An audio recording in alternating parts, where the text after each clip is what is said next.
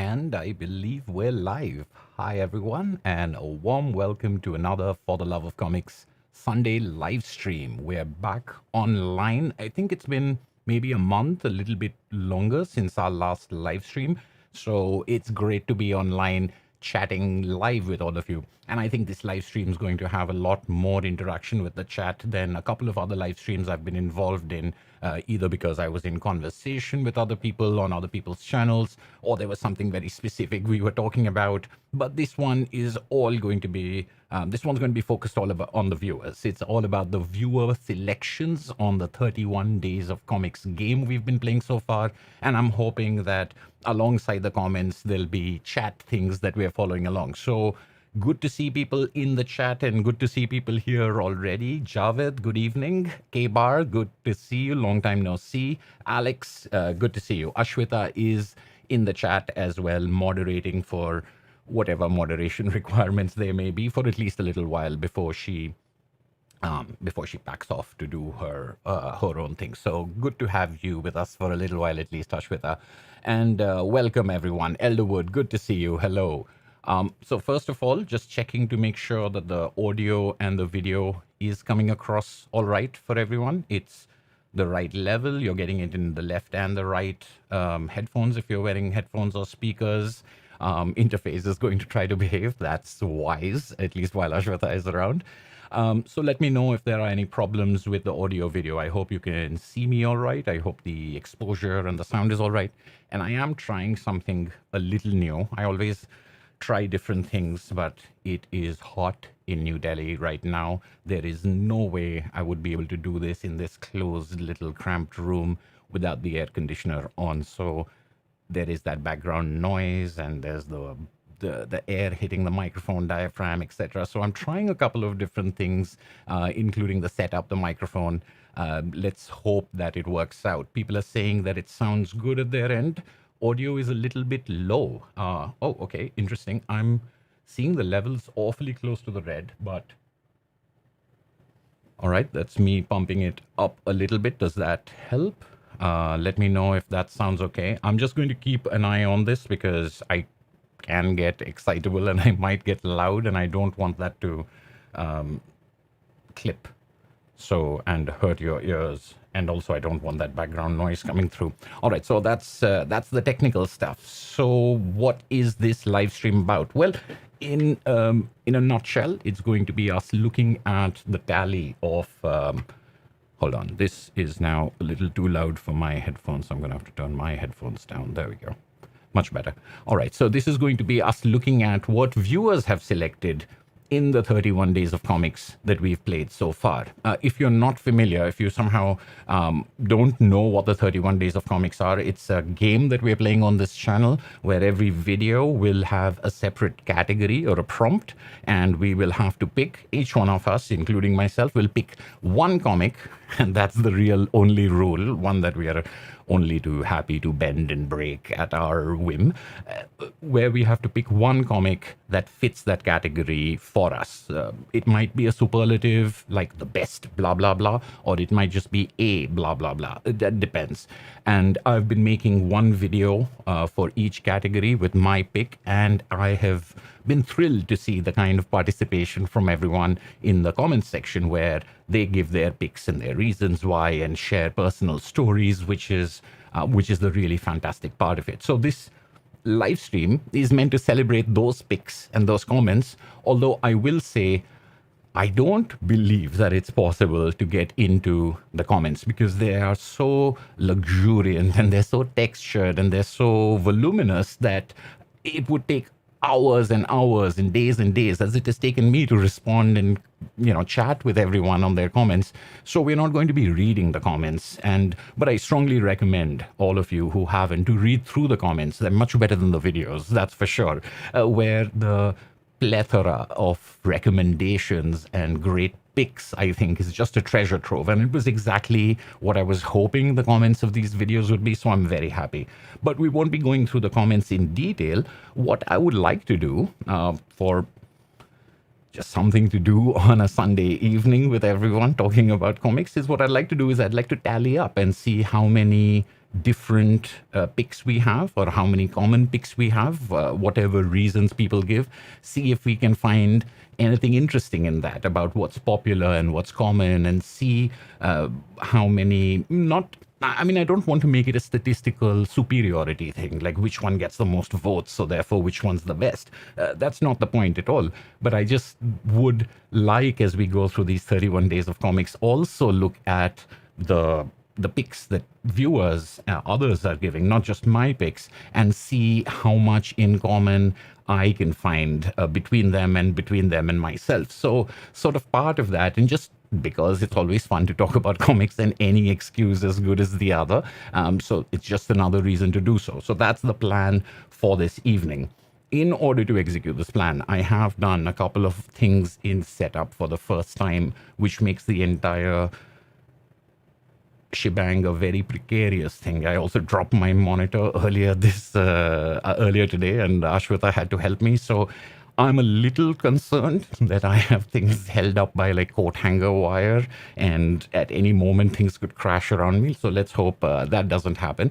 One of the things I've done is not only got this microphone precariously attached this way, but I've also taken my widescreen monitor and made it vertical today. And I'm hoping that it allows me to see the chat better and also do the kind of things that I'm talking about, of going through the comments and tallying it a little more effectively. So far, I'm pretty impressed with this. It is pretty high up there, but a vertical monitor might be, at least for a little while now, I might try it out. It seems pretty interesting. I really do like the widescreen when I'm working on spreadsheets, the way that I have to do for work, or when I'm working on video editing, the way I have to do for this channel. But for everything else, including reading and manuscripts and web browsing, this vertical system seems to be pretty interesting. So that's one of the things I'm going to try out. Analog Comics, good to see you. You say you were late. Should we start again? This is for the love of comics. So there's no way that we would have started already. So you're perfectly fine. Communist Cowboy, volume is fine. Can't hear the AC at all. That's great. That's fantastic. Good to know. And good to see you. Off My Shelves, good to see you. Analog Comics Off My Shelves, for those of you who do not know, have excellent YouTube channels. Two of my favorite comics YouTubers for sure. Definitely check out their channels if you can. Are you packing 16 days into one stream? Yeah, that's given my pace. You know, when I started 31 Days of Comics, I said, of course, I'm not going to make a video a day, but I'm going to make them more often than once a week, which is my usual pace if I'm lucky. But I'm like, these are going to be short videos, and I'll maybe put out 2 a week. Famous last words. It's been, maybe I put out 2 in 1 week right at the beginning, and after that I've been lucky if I can get 1 out in a week. What I didn't realize is how nitpicky I would now start getting about all of the blathering I have and picking it out. In most of my videos, I just let you have most of it, other than the mistakes and the ums and ahs. In this one, I was just taking paragraphs and sentences out, and that's irrelevant, and I don't know why you had to talk about that. So the editing process was actually much, much more complex, even though I was trying to make a 7 or 8 minute video. It actually is harder to make shorter videos than to make longer ones, as the common wisdom has told us often. So yeah, I've been slow. It would be nice if I could cheat and just slam a lot of them in here, but no. In fact, I'm going to have a little bit of an announcement. So it's going to be even longer, this 31 Days of Comics, but this is going to be about viewer picks. This is going to be about what people have said so far in the first 5 days. Probably, I'm thinking the first 4 days, because day 5, and day 5, for those of you who don't know, was your first serious comics pursuit. Day 5 has a lot of variety, and that's what I was expecting. So I don't know if we're going to be able to get into day 5 in detail, but the first 4, I definitely think there are interesting things to find to tally. So that's the agenda for today, which we have yet to depart into. Sleepy Reader, very good to see you. Greetings. Another terrific comics YouTuber over here. Does your microphone need to be in front of your face or so close? Well, it depends. If it's hurting your ears, or if you're getting plosives or wind sounds and all that stuff, then no. If it's blocking my face, maybe some would say that's a good thing. But I was thinking, at least from what I can see, it isn't quite blocking my face.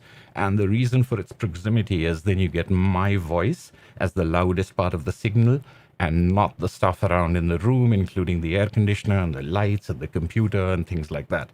I could put it further away, and then you get this kind of room echo and reverb and other noises, and the signals are all off. And I always think that the quality of the audio is paramount, especially if I plan to be talking for a while, which I do. So it's in an effort, I'm sacrificing some sort of aesthetics in order to have some thing, but I don't know. I don't know if that's what you meant. Oh, you're going to count how many times I break the only rule. Well, this one isn't about me. So I said, so now it's about whether viewers are infected with the same disease that I am and will break the rule. We need a BTS photo of your setup. I have actually shared behind the scenes photos. I always think that people aren't really going to be, at least the core viewership is not going to be interested in these things. But I'm fascinated by them. So I'm always ready to talk about setup and production and things like that, even though it's a royal pain and it takes so long, but it's so fascinating a process that I'm ready. I've shared stuff on the YouTube community page and on the Instagram page, but I'm not very good with these things. So they're scattered all around. But yeah, there are photos out there. And I think over the years, you'll see how the thing has progressed. And I think there might be something that's about 6 months old. That's about the current live stream setup that I'm using right now. Most of it, not the vertical monitor. That's brand spanking new for today.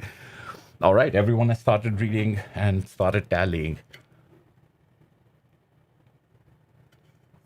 Sleepy Reader says that he's just discovered that Ashwita, that's my wife, the moderator here, is a famous author. She is indeed, and she's got more stuff coming out. She's a machine. She's got a lot of works in the works, which is fantastic. But yes, she has many books, and I would say children's books, young readers' books, and now there's going to be books for adults as well. And she has, I would say, at least one that I would consider all ages. So, yeah, check out her stuff. We are all, hello, Gore Vidal, good to see you.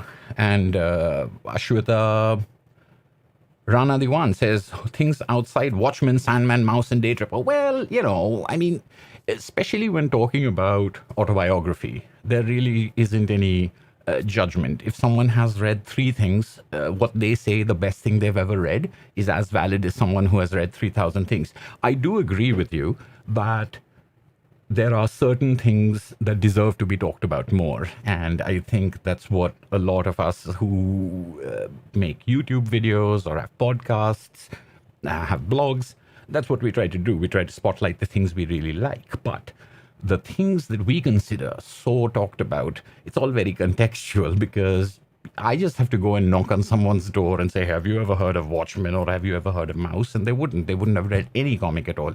So I think they all play their part. And I think especially when we look at some of these categories, it's interesting to see if things repeat or things are in common, because that's the honest truth of the matter, as getting it, straight from the horse's mouth, so to speak.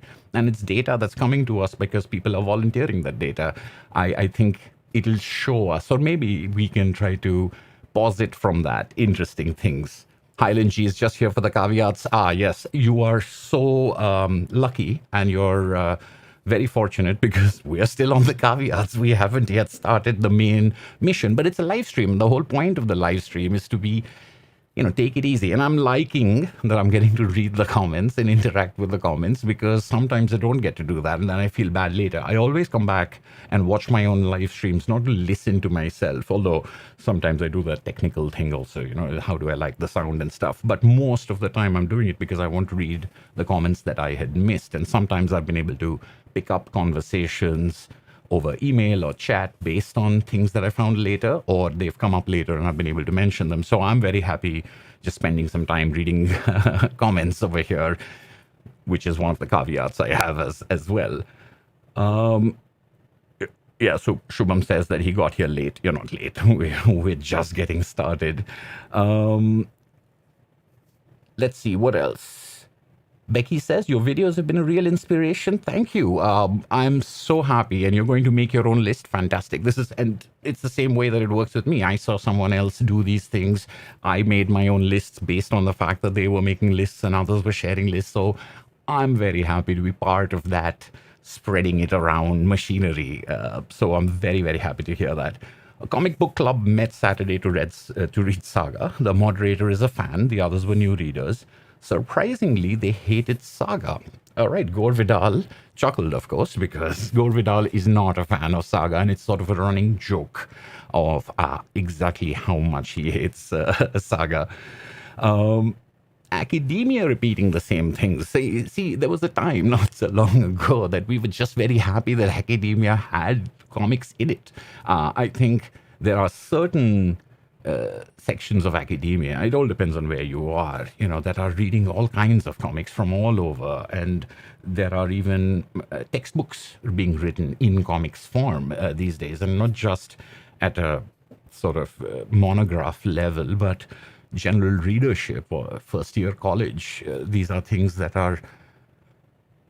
I'm very excited and happy to see. So, of course, we would always want things to move faster, but I'm also happy enough that it's there and it's being more and more accepted every single day, which is fantastic to see for a comics fan, for a fan of the medium, as we all are.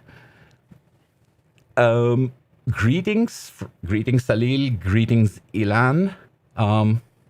Could you pick one comic blindly from a shelf and talk about it, please? I've done that before. Actually, I've done a video in which I just rolled a die. And I rolled a die a couple of times, a D20 from Dungeons and Dragons. And that made which shelf I'm going and which book I'm picking and things like that. And I just randomly did that. That, again, was a headache. But today I could, but today's video is about something else. Although I will say I'll pull one book from this shelf, Hasib and the Queen of Serpents. Yes, I just wanted to hear, by David B., who did the terrific Epileptic, among other comics. This is a superb little book, which is beautifully and gorgeously illustrated. I don't think I've ever talked about it before. This is one of the stories from the 1001 Nights, commonly referred to as the Arabian Nights, but it's his take on it. And it's a wonderful fable and a wonderful comic. So there you go. The fastest comic review I've ever done on this channel. There you go. All right, let's get started. So before we get started, though, I would like to say that there is going to be a small interruption in my videos. So I'm going to be traveling, and it's sort of a last minute thing, and it was very unplanned, and I'm getting the opportunity to take my mother to visit my sister who lives in Chicago, and it has been difficult to coordinate because of her health and treatment, and it's just a window that we have. So we're dropping everything, going off on vacation, which is a good thing. And I love the fact that I'm going to be on holiday. I haven't had a holiday since the same time last year in which we were able to do the same thing, which means that my videos from here are going to take a pause as far as being in the studio is concerned. Now I will have my phone with me. I think I'm going to take my camera with me. I'm not sure about my editing prowess on the road and away from my setup over here. I might make a few quick short videos, but I might be able to meet up with somebody in Chicago. If there is anyone in Chicago who'd like to meet up, drop me a comment. I'll post it on the community page. So the 31 Days of Comics series will continue, but I'm not yet sure if I will be able to do what I want to do and do justice to the episodes just being on my mobile phone. Although you might think that, yeah, that's all we need. We don't really need all of this stuff. So I'll be guided by you. But that is for the next month. My videos might be of a different nature. Then when I'm back, I will resume these kind of things. So this is also hasn't been a live stream in a while, but also I might not be live in a while, or I might not be making regular videos for a while. So this is one that I wanted to have, one that I thought of before I did 31 Days of Comics, that I wanted to do a tally of viewer things, and I wanted to do this before I went on on break. Great comics unboxing 2023. Elderwood asks. Maybe my brother-in-law was also commenting that I have not built up the kind of stack of comics that I have the reputation of building up over there. The last year, I don't know. I think I just didn't spend enough money or something like that.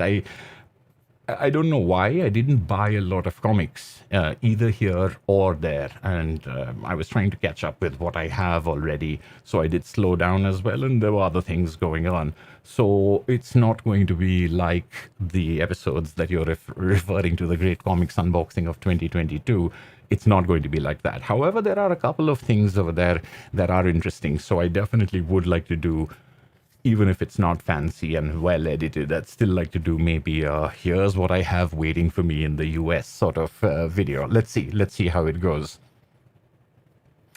An excuse to pick up the Love and Rockets box set. Indeed, that is one of those couple of purchases that happens to be sitting there, and it got there without damage. Now I'm worried about bringing it over here. Is it possible even? Is it even possible with the size and weight? And then is it possible without damaging it? Let's see. Quimby's in Chicago, one of your favorite stores, says, Rick Ray, yes, I love Quimby's. The last time I was there, I did notice a large sign saying no photography or videography allowed, and I was just too shy to go up to them and ask them, can you please not have this rule for me? So I didn't take any photos over there the way I did when I was at Gosh in London a couple of months ago. But it is a fantastic, it's a fantastic bookstore. And the Chicago comics not too far from it, which I also really, really loved. Again, I'm very self-conscious when I'm out and about, and I'm very self-conscious in general, but especially with a camera, I feel like everyone's looking at me. I can't vlog, like talking to a camera when I'm around in public. It's difficult. So let's see if I can be a little better this time. If I get the opportunity to do that, it would be great.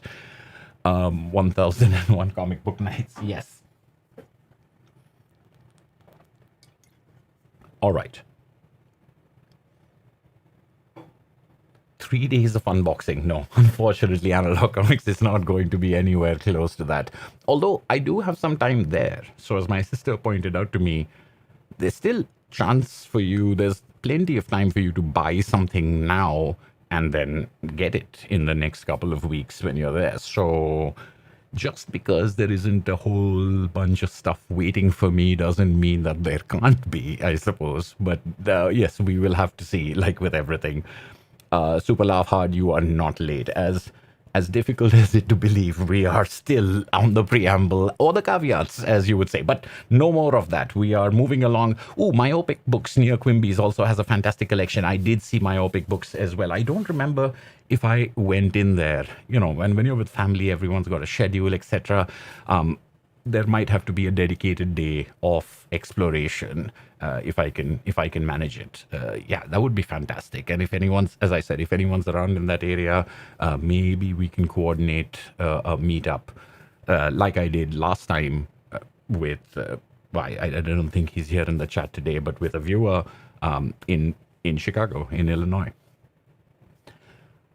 Okay.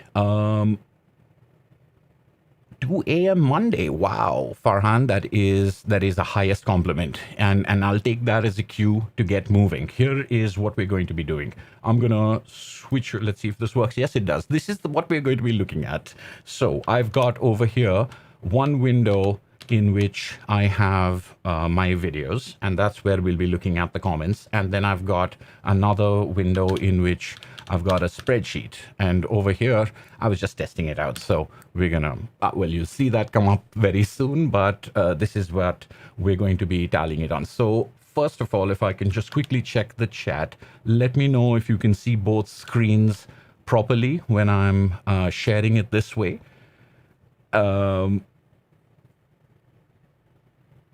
Basically, the spreadsheet is where we will write down the title. So that's the one whose clarity is really important. And the other one, the comments, it's I'll be copying and pasting. So if we're ready to go, let us get started. First, we're going to start with day one, which is my favorite comic. And you'll see where the comments, well, I think This is that vertical setup. I'm still not used to how it formats everything. But it, oh yes, I think comments are below all of this. All right, so 360 comments, you see, so there's no way that we're going to actually be able to read this, and it's fantastic. So I'm going to sort by newest first. What that does is it obviously puts the oldest ones at the bottom, and then scroll down to the bottom. Scroll down to the bottom. Okay, give it a big spin. Let's just keep going. Oh, it doesn't spin until it refreshes. All right, there we go. Now, we're finally at the bottom. Let's start. And as I said, we're not going to get into the comments, but I highly recommend you check them out for the detail and for the passion and for the autobiography that they contain. So first of all, right down here, we've got, we'll go with Thorgal. Okay, so that is, let's see if I can replicate this. Yes, and on day one, that's one vote. Although, remember, this is not an election. This is just a tally. That's one for Thorgal. Back to the comments. Let's see. Let's go fast. All right, Donjon. Donjon in English, obviously, is Dungeon. The Louis Trondheim, Johan Sfar, Emmanuel Goubert. There's a whole bunch of people involved in that. So we've got one for Donjon. Thrilling spreadsheet action on a Sunday night here in India, Sunday morning or afternoon elsewhere. Either Tintin or Blake and Mortimer. Oh, there's an edit. Since I can only pick one, Tintin. All right, so Tintin and the Red Sea Sharks, that's a specific one, but we'll just say Tintin to represent all of Tintin. So these are, this is day one, your favorite comic so far. One for Thorgal, one for Donjon, one for Tintin. Yeah. Rules of Summer. There we go. Rules of Summer by Sean Tan. Are you all mesmerized by this? Okay, sorry, I'm going to have to uppercase that. I apologize for my insistence. Then we have Alan Moore's Watchmen. Okay. Probably not the last time we'll be seeing Watchmen. There's another one over there. The Incal. And I hope for those of you who haven't gone through these comments, this tantalizes you into checking them out, because there's replies and there's discussion in text. 7 to Eternity.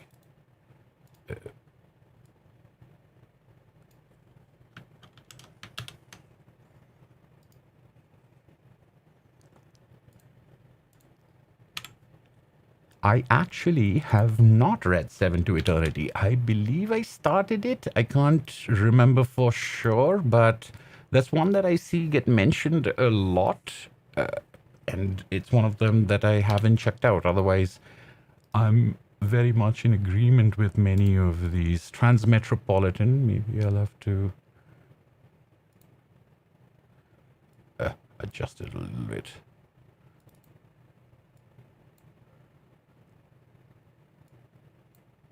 All right, that's too. You know what?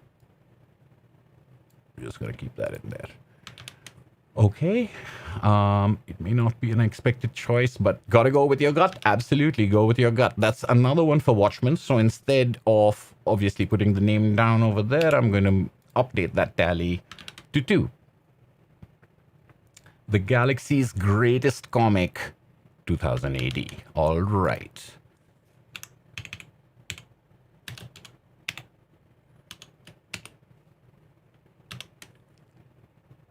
Day Tripper for day 1. All right. All-Star Superman, no question. Apologies for the clacking. I think I'm just, it's faster for me to type in some cases than to copy and paste. Bone, it's got everything. Hard to argue with Bone.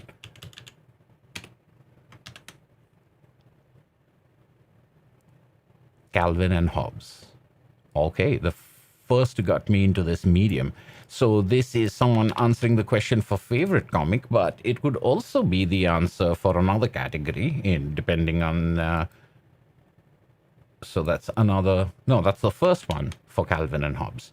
Now, old issues of Usagi Yojimbo looks like this one. I'm going to give it to Usagi Yojimbo, which of course was my pick, but I haven't put Usagi Yojimbo on the sheet because it's not about me. It's about you in this case. So the first one for Usagi Yojimbo. I'll just keep these going. I might run out of, well, I mean, of the ones that I've made before, but we'll see about the rows. Picking a favorite comic is hard. Yes, that's the joy of this game. My pick is Black Hole by Charles Burns. Okay. All right. I feel like this is not really prime time television, so I'm going to quickly go back to the comments and see if there's something that I should attend to. What do we have? Okay, looks like. Okay, good. So far, give yourself a vote for Usagi. Yes, no, I'm going to abstain. I have my video right up there. I think that's enough as far as that is concerned. Great. Unable to pick a comic or a graphic novel. Yeah, as a favorite, it is a difficult thing. I think the way that I reconcile myself to it, it's best not to take it too seriously or to take it too literally. It's supposed to represent something. And when I think about a favorite, I might be thinking of something that has stood the test of time, something that has changed every time I've revisited it, something that has been consistent where other things have been inconsistent. And of course, it can have a lot to do with things other than the work itself. It has to do with me as well. So I think in picking a favorite, rather than think about it as a diminishment, I think about it more as, a photograph. It's a snapshot of one angle about who you are. And it's not supposed to be comprehensive. It's not supposed to be something definitive. It's supposed to be just one of many possible ones that just happens to be the angle that you're presenting for that particular snapshot. Anyway, that's the way I think about that in order to be able to do such an impossible or such a difficult thing. Black Hole was the last one we had gotten to. Yeah, it is difficult. Sabrina. Okay.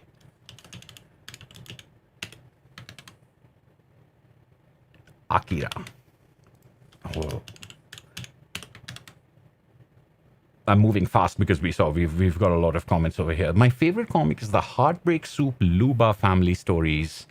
I'm going to, it's definitely the Palomar stories, but rather than put in Palomar, I'm just going to say Love and Rockets. And I know that you're being very specific in this case, and that is not I'm not trying to diminish anyone's choice. I just think that there will be certain things like Tintin, for example. Someone might mention a particular adventure, but I'm going to represent it as Tintin for the purposes of the tally. So over here, I'm going to give that as Love and Rockets.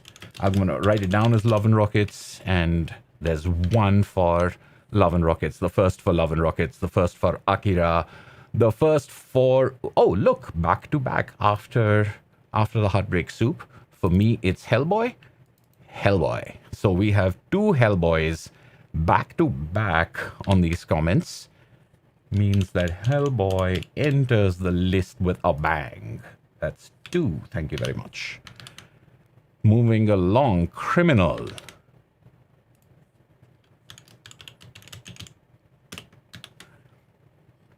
Alan Moore, Rick Remender already mentioned. They're at top of my list. Good Times, honorable mention, Beautiful Darkness. So my favorite is Invincible. So here we go. The first vote for Invincible.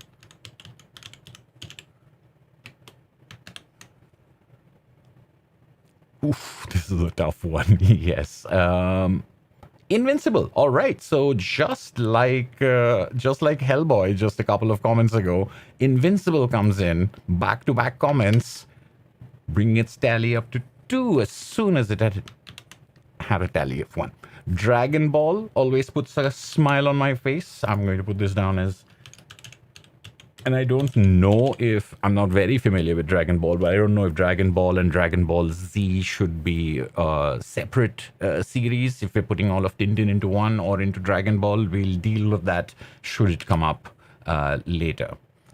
Okay, moving along. After Dragon Ball, we've got I'd Still Put Blankets by Craig Thompson. Okay, here we go. Our first mention of blankets. Day one. Why did I guess Usagi Yojimbo? Okay, that's what my pick was. What's your pick? Did I have anything? No. All right. So, oh no, here we go. Right there we go. For my favorite comic, I will go with Goodnight Pun Pun.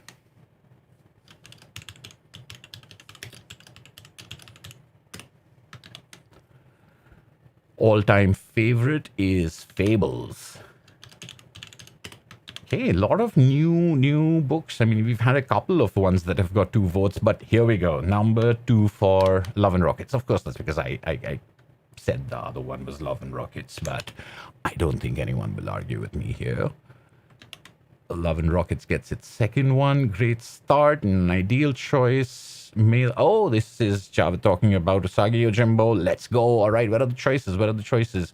What a punch this is to start with, isn't it, though? Isn't it? I really like the fact that 31 Days of Comics starts with your favorite comic. It's like, here you go. Get this out of the way, put that out there, and now the rest of the 30 days, especially if you don't want to repeat choices, will be more, you're not trying to wait to say, where am I going to use this and where am I going to put this? It gets that out of the way really quickly, and it seems like a huge, big choice, but after that, you're ready for the game. So it's sort of like taking that dip into the frozen lake, and then the rest of the day feels balmy in comparison.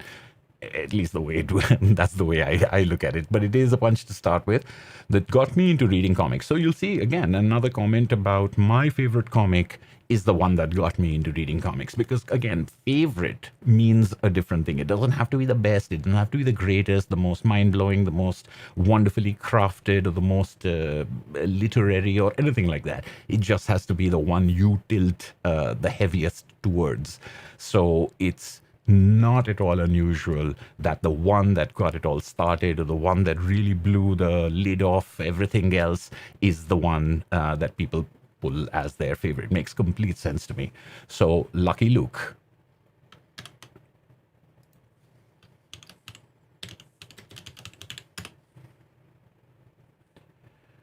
Ooh, we're already into like 30 distinct titles, of course, with some multiple votes inside that 30.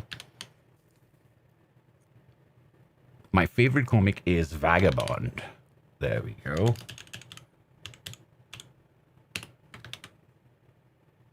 Despite the writer turning out to be somewhat shady character, Transmetropolitan. Okay, so here we have the second vote for Transmetropolitan.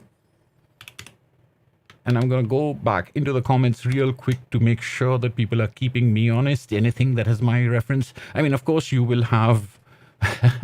yes, Gorvidal, your attorney's help would be very, very appreciated, as long as it is pro bono. I wish that to be clear from the very beginning, because I know how they are about the billing. Well, thank you very much, Super Laugh Hard. I would, my votes, they just mess up the tally. That's what I think. So I might, it will be easy enough for me to add a column later afterwards, putting my votes in there. Nothing else for me. If anyone has any points for me, especially if I've made a mistake or I've mistallied something, one of those things, I think it did happen during the Eisner's Game live streams, in which I gave myself extra points that I didn't deserve, and people were very quick to point that out to me. I think one of them might even have had Ashwita yell at me a couple of times in the comments, and then I didn't notice it because I was too busy doing my tallying on another screen.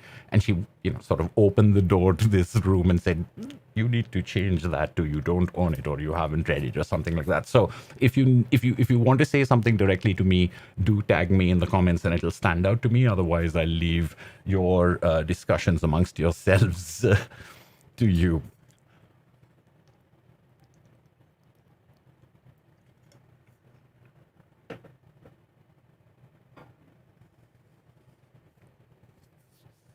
Wow, Tinus is talking about an export of the comments if it's possible. I'm not sure if it's possible. I think that's interesting. I'll have to explore that. They're always there because I say make it viewable to everyone. And I also recommend everyone make sure that in the top choice, you've picked live chat, not top chat. Top chat uses some YouTube algorithm to say which chat is more important or more significant. And there are lots of other chats in between that seem to get left out. And that might be a spam filtering thing or a thing that works for channels in which the chat's spinning out of control because there are thousands of people in it. But I think for our conversation, I always find that to be a pity because it means that many people are missing some very valuable and wonderful comments because they're only getting the highlight reel. So make sure it says live chat and not top chat. That's whether you're watching it live or whether you're watching it in a recording later.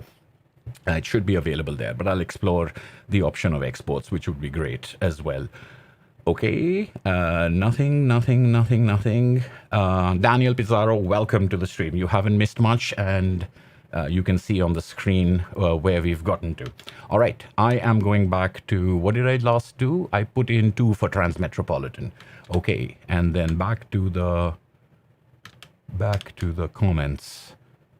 After the life and times of Scrooge McDuck. This one I am going to give a separate thing. If Don Rosa comes up again for something else, or if Uncle Scrooge by Don Rosa comes up separately, I might think about whether I want to consolidate that. But for right now, I'm going to put the life and times of Scrooge McDuck as one title.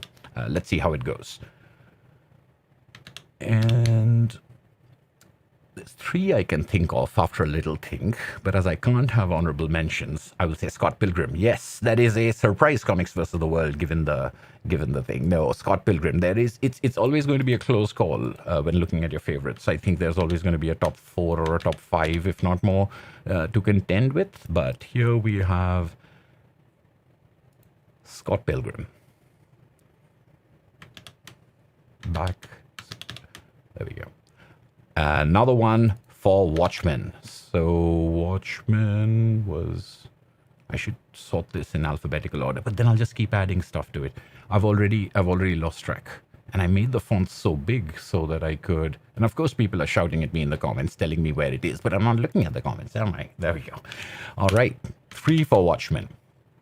The Wolf's Whistle. This is one that I have not heard of. And that's why I think my comment down there might be talking about what is it, or can you tell me more, things like that. Interesting. Hellboy is the only answer, says Off My Shelves. I'm so shocked. Shocked, I tell you. Where did we put Hellboy? Oh, I can't find him. Too bad.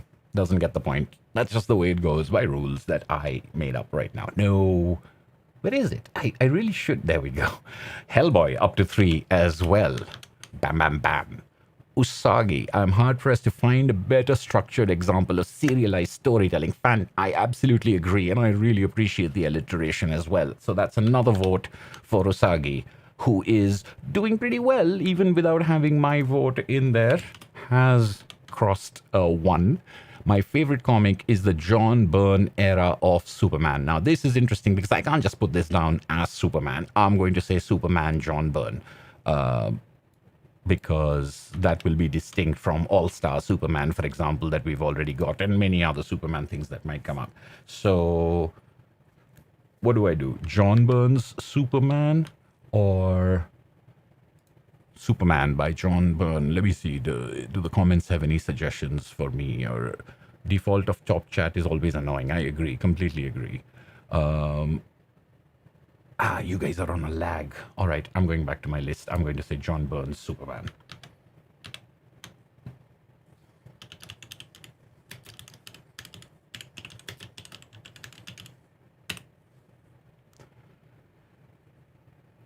All right, back to the list. Back to the comments.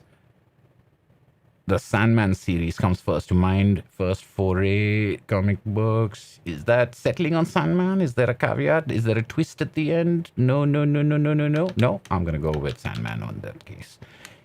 Wait, we haven't had Sandman yet? I don't remember it. I don't see it. I guess we haven't. All right, Sandman. Maybe I'm just misremembering the comments from before, but for some reason I thought that Sandman had already come up. Again, tag me in the comments if I've gotten it wrong and I've missed Sandman somewhere. I do not believe I have. Tintin is my favorite comic. I just started reading Usagi. Well, that's pretty definitive right there, so I'm going to count that. I'm just seeing if Usagi collect all. All right, okay. It could have been Usagi. I could give that vote to Usagi. No, it's definitely Tintin. So one more for Tintin. Where is Tintin? Right here. The obscure cities. Oh, okay. So this is interesting. Now, what if people cite later certain books in that series? Or maybe this is about... I'm just going to put this down as obscure cities. And then we'll decide later whether it gets split or not. What was it? Swamp Thing by Alan Moore. All right, I'm putting this down as Swamp Thing right now. Even though this is a little bit biased, but I'm putting it down as Swamp Thing because I'm assuming that most of the time if Swamp Thing is going to be mentioned, it's going to be the Alan Moore Total Bean Rick Veitch series. If not, I will make some adjustments later, but we're just keeping that in mind. Sleepy Reader says super tough. Single favorite comic. All right, so single issue Conan the Barbarian issue number 3. All right, so this is a particular interpretation, perfectly valid, and I think we might have a couple more further up on this list of a single issue. For the purposes of this list, I'm going to put this down as Conan. But if that gets controversial later, we may need to split it because all right, so Conan is the pick over here. Day one's pick is 2000 AD. We definitely have 2000 AD already, so 2000 AD gets another vote over there. Day Tripper. I believe we have Day Tripper already. Don't we? Yes. Oh, it's there. Right there.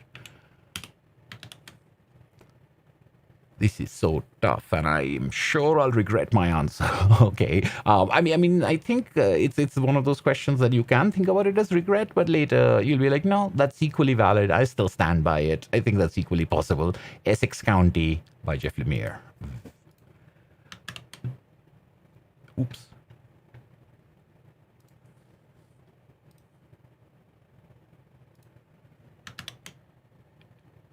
Talk about going big from the start. Indeed. Impossible question. Shifting answer. Yes. What is it? When you mention, I'm going with the Lee Ditko Romita Senior run in Spider-Man. Okay. Now we're getting runs. So if I'm going to put down Lee Romita Ditko, then should I put down Alan Moore? You know, I'm just going to say Spider-Man for right now. This is the original Spider-Man. And it's not for historical significance. But all right, we'll come back and see if that Spider-Man needs to change. Well, that's very nice. But what's your pick? Do I have it? No, that's only my reply. The Astro Smurf by Peo. Okay, now, do I put this down as the Astro Smurf? Or do I put this down as Smurfs? You know, it's the same question. With that, it was a particular issue. This is a particular story. But then you have Tintin. That was the Red Sea Sharks. But I'm putting that down as Tintin. I'm going to go with Smurfs. Not because you know why? Because this is for the purpose of this tally. This is not their answer. I'm not changing what their answer is. I'm not saying their pick has to be Smurfs and not this. It's the same for everything else. This is just for the purposes of logistical ease, and the comments are the real answers, and those are the things that really count. This is just me interpreting them to fit them onto a spreadsheet. So that's another disclaimer, caveat, what have you. Have already mentioned this, but for me, the original Sandman series. See, it says few others. That means there's more than one before this one. So if there's few others, why do I only have one? Did I not write down Am I missing Sandman? It did seem to me that it, but I don't see it. You know what? I'll have to do a control F on Sandman on the sheet, because I think this is the second mention that I'm recording here. But even this comment saying a few others, look at that plural over there, makes me think that there's more than one that came before this, and maybe I've skipped over it. Not sure, but anyway, we'll come back to that. Strontium dog. Okay. Now, here's the problem. This says Strontium dog.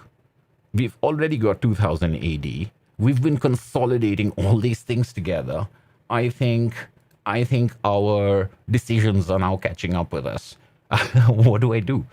Do I put this down as 2000 AD? Do I give it a separate classification? And then am I then taking votes away from 2000 AD? Because then Tintin's going to have more votes because I'm not doing that kind of distinction over there. So that's tough. I think for the case of this tally, once again, this is not to say that this person's choice is now going to be 2000 AD. If they're saying Strontium dog, it's Strontium dog. So I'm going to put it down as 2000 AD, and I hope that when pushed, my answer was, so here we go. So Super Laugh Hard's got the same kind of question in the comments. When pushed, my answer was Judge Dredd, not 2000 AD, and someone has answered Strontium dog. So this is exactly what I'm talking about. For yes, I agree. I think that I'm going to say 2000 AD, because that's the right way to tally up the popularity of that, which is what we are trying to find, is the popularity. So I don't think it's fair to split it between various things that all were part of that anthology. So having undertaken this exercise, this mental exercise, I will say 2000 AD will get another vote for that Strontium dog mention. All right, good. And I'm glad to see that some in the comments agree with that. Day Tripper by Fabio Moon and Gabriel Ba. We know we have that. That is the third one for Day Tripper in day one. I picked Love and Rockets. So now we're beginning to see some of these gather some steam, gather a couple more votes. Whoa, Magas in general. As soon as I mentioned that, we've got a brand new comic entering the picture.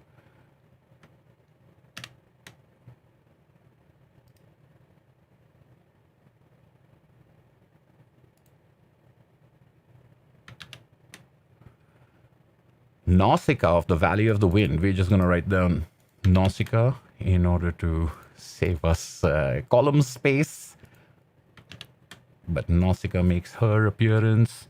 Miracle Man Book 3 Olympus. Again, a specific book, but we'll put it down as Miracle Man. And like with Swamp Thing, right now on this, Miracle Man is counting as the Alan Moore run. Now, if, for example, Neil Gaiman's run comes up later, we'll have to make a choice, because those might be distinct in a way that picking 2000 AD as your favorite comic isn't necessarily distinct. So we'll think about that. We will, as the saying goes, burn that bridge when we get to it. Blankets by Craig Thompson. That one is up here, correct? Was it? There we go. And I am going to take, I think, this opportunity and go ahead and, oh dear, this vertical format has hidden everything from me. I do not know where my... Can I do that over here? I'm going to create a filter. There we go. And I will sort it alphabetically. And now I should be better at finding things when they appear. I hope everyone is stunned by my spreadsheet skills. I did record blankets, right? Yes, that's what led to this. Paranoia Street, new entry.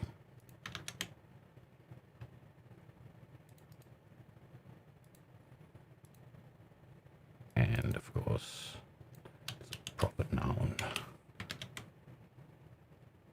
go with City of Belgium by Brecht Evans, another new entry.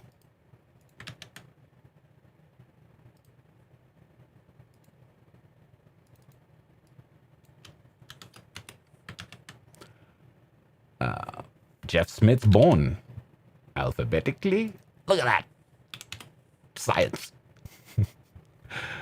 And another Bone, back-to-back votes for Bone. I was wondering why it was just languishing at one pick for favorite comic. I really can't say what was the best in last month. How can I say what was the best ever? Fair enough, fair enough. Ballad for Sophie is how I'll put it down, even though that isn't obviously, that's obviously the translated.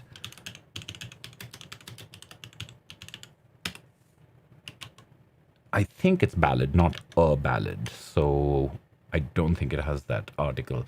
Tank Girl, another new entry. Oops.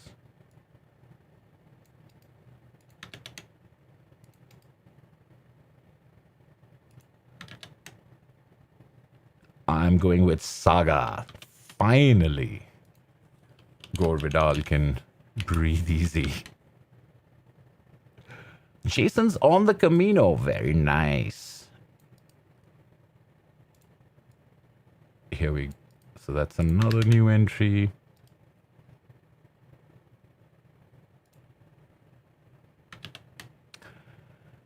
Trip to Italy by Cozy. Another one of the titles that I'm actually not familiar with. So there's me probably asking for more information and being helped out over there. I'm just going to assume that it isn't stylistically lowercase.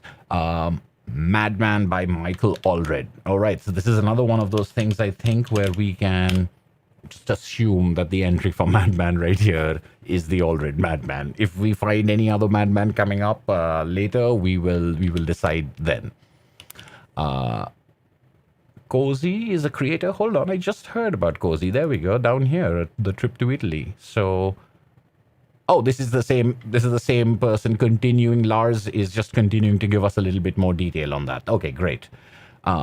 All right, Samuel is guessing over here. Relatively easy pick, The Last Days of Pompeo. I've heard a lot about this book, particularly from Samuel, but I don't think there is an English translation of it. I think the only English translation of anything I've ever seen by Andrea Pazienza, I think, is the only book I've seen is Zanardi, which was brought out by Fantagraphics, but it seems out of print and hard to find. So The Last Days of Pompeo, I don't think is there in English, and maybe Samuel's around to confirm or refute that. But that's one vote for The Last Days of Pompeo.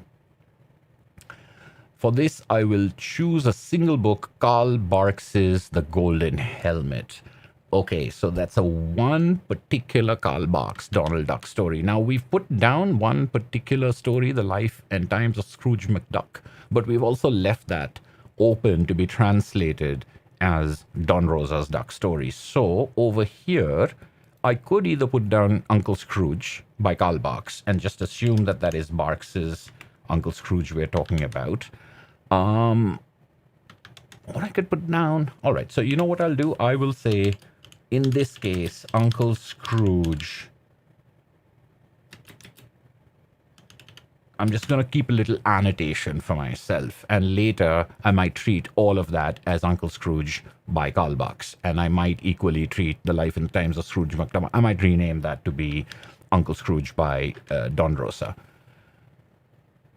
Mine was Watchmen. So another one for Watchmen. Oh, it's alphabetical now.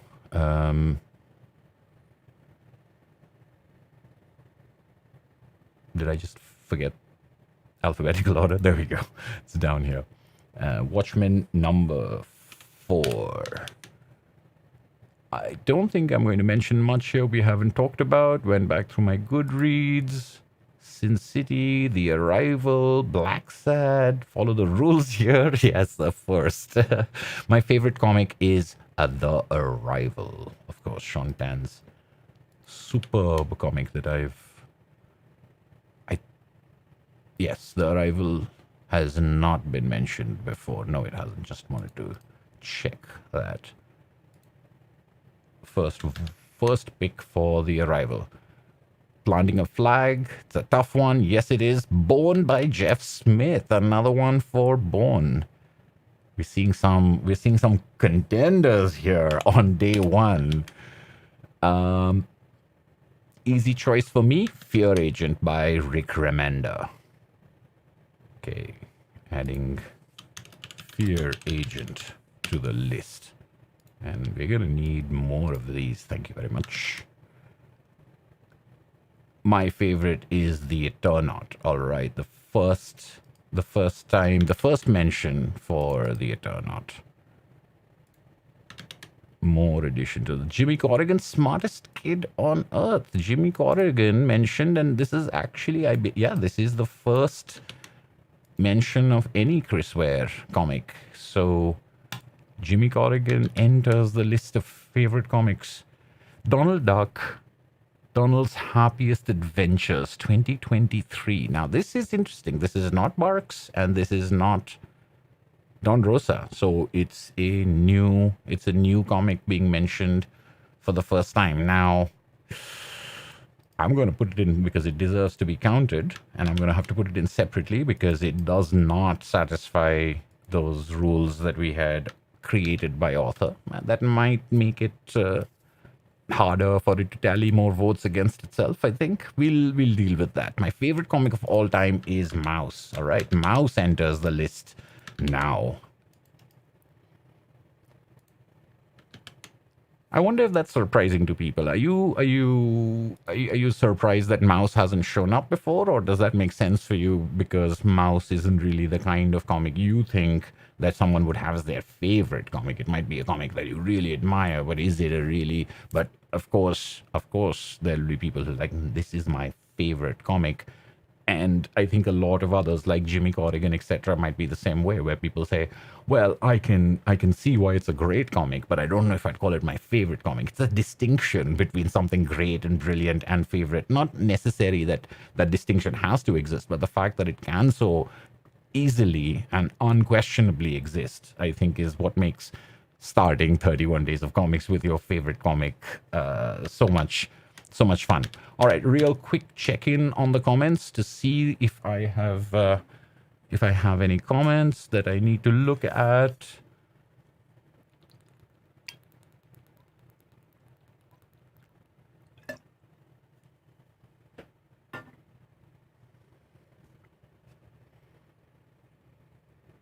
Okay, no votes for the Uncanny X-Men. Not yet, but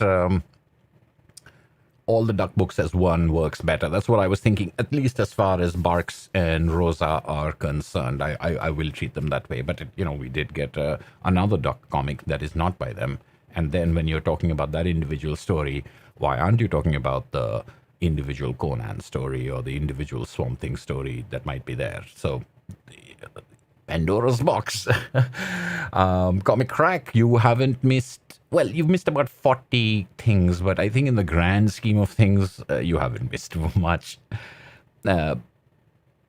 Okay, no Batman yet. That is interesting. No Batman yet. No one has mentioned a Batman comic in their favorite comic of all time. People have mentioned Superman comics. They've mentioned at least two that I can think of. There's All-Star Superman, and then there's the... wait, what was the other one? Well, I'll find it when I get in there.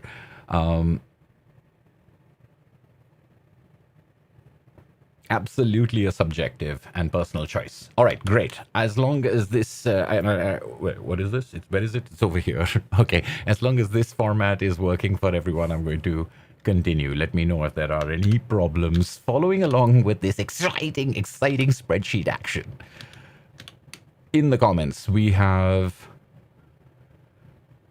Oh, right. We had last gotten to Mouse. Mimin Penguin. I do not know Mimin Penguin, which is probably what I was asking about in those comments, but I am going to tally this up over here.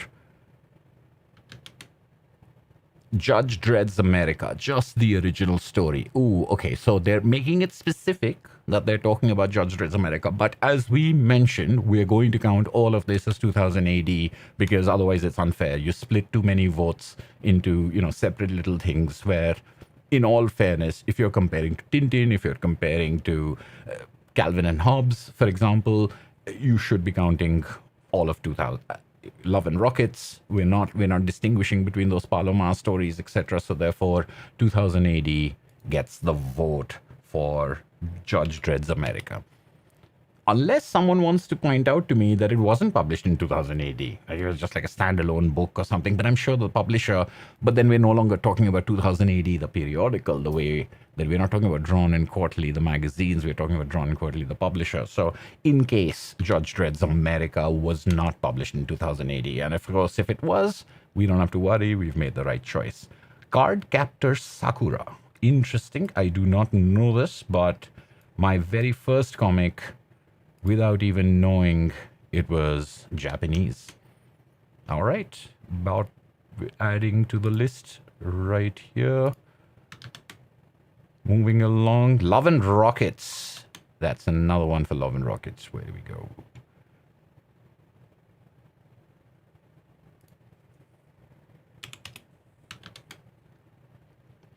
A lot of merit in doing this every 1.5 years. Yeah, let's see if your list changes. I do agree. I think in some cases it might stay the same, but there are definitely categories. Like, for example, the one that says a great love story. Like every time you answer this list of questions, a great love story, you can give another love story, another great love story. So your favorite might also change, but even if your favorite doesn't, definitely the other categories can have other replies. The fact that you have to pick one only means you have to pick one right now. If we played it every year or every couple of years, we could get all the picks that we wanted to talk about eventually mentioned. Yeah, to see how they change with time. Excellent. But no pick here. Kingdom Come, but a Superman story at its heart. Okay, so now over here, this gets a separate entry because All Star Superman has one entry. Kingdom Come has another entry. And it is interesting. I think many people would agree with that Kingdom Come is at its heart a Superman story, even though it is an ensemble piece. And there are other characters who are important, Batman and Wonder Woman. But I mean, to me, Oliver Queen really stands out from Kingdom Come, even though he's not in it that much. I think the first time you hear about the Flash and the condition that he's in, I think those things are indelible, but it is, I would agree myself that Kingdom Come feels to me like a Superman story. With such easy access to fantastic comics and knowledge, I feel spoiled for choice. Absolutely. I agree with you. So I'm going for Black Sad. Okay, I do not believe we have Black Sad here. No, we don't. So Black Sad enters the list on day one. Favorite comic. Should we do another little A to Z reset? Here we go. Keeping ourselves... Wait, where is Black Sad? Did I not paste Blacks? Why didn't it catch in that alphabetical? Not really sure what's going on here, but maybe it'll catch it in the next reset. Anyway, moving on. V for Vendetta. Another expected but new entry. Watchmen. Number 5. Building Stories. Another Chris Ware book enters the list. So we've had Jimmy Corrigan and now Building Stories. The Sandman. I know that. Now I know we have the Sandman here, right? Did I put it under T? Or did I not put the... I didn't put the... Well, I mean, I think this is referred to as Sandman and the Sandman, both. But I think on the cover of the single issues, at the very least, it was the Sandman. But I don't think it's wrong just to say Sandman. or at least I've seen it as many times as I've seen The Sandman. You know, it's cliched, but probably Watchmen. See, I don't think people should feel bad about if they think too many people are going to pick Watchmen or something like that. If it's your favorite, it's your favorite. And I think there's something about certain, where people are like, oh, it's so passe to say that. Like, is it really? Isn't the fact that so many people would name this as their favorite comic, isn't that part of the reason why it has the reputation it has? Is it just because you're supposed to like it? I think that's being a little condescending to people who say that it's their favorite. I think if you tally up and you find 6 people saying it's their favorite, it's very easy to say, well, if you read more, you wouldn't, and blah, blah, blah. But I think a comic gets its reputation not just on the level of critique or the articulation of why it's great, but to a certain extent because of how many people adore it. So I think Watchmen over here is a perfect example where you notice how many people have now said, oh, it's a cliche but, or oh, it's probably passe but, or it's going to be, they're almost apologetic about it. It's as if being popular means that you're somehow not being honest, and that I don't think that's necessarily true at all. So Watchmen takes another vote. Nice. Is most definitely Ian Flynn run on Archie Sonic. I am not familiar with Archie Sonic, but I will add Archie Sonic to this list. This is a very diverse and eclectic list of favorite comics. And thank you. I'll revert to Tintin. Okay, so there we have another vote for Tintin. I'll have to go with Watchmen. There you go. Watchmen is just like, it's pulled ahead of the crowd by a lot. And there are some people have got multiple votes, but Watchmen seems to be really putting quite a distance between its nearest competitor and itself. Day Tripper. As I've gotten older, I think it's Day Tripper. I'm just going to see if they've got any caveat. I know I'm only up, but if I could, I would also choose. Ooh, so this is kind of an also. I'm going to say this comment is giving it to Day Tripper and not to Calvin and Hobbes. Although we understand that, and we've seen plenty of comments like that. With one pick, Day Tripper gets the vote. Warlord 22 by Mike Grell. I'm going to just refer to this as, is it the Warlord or is it Warlord? I need to know before I put it down over here, but I'm also going to take that assumption that if I have a mention of Warlord, it is Grell's Warlord, unless someone brings up a different one. Let me quickly check the comments in case someone has an answer for my Warlord question. Does the definite article belong over there?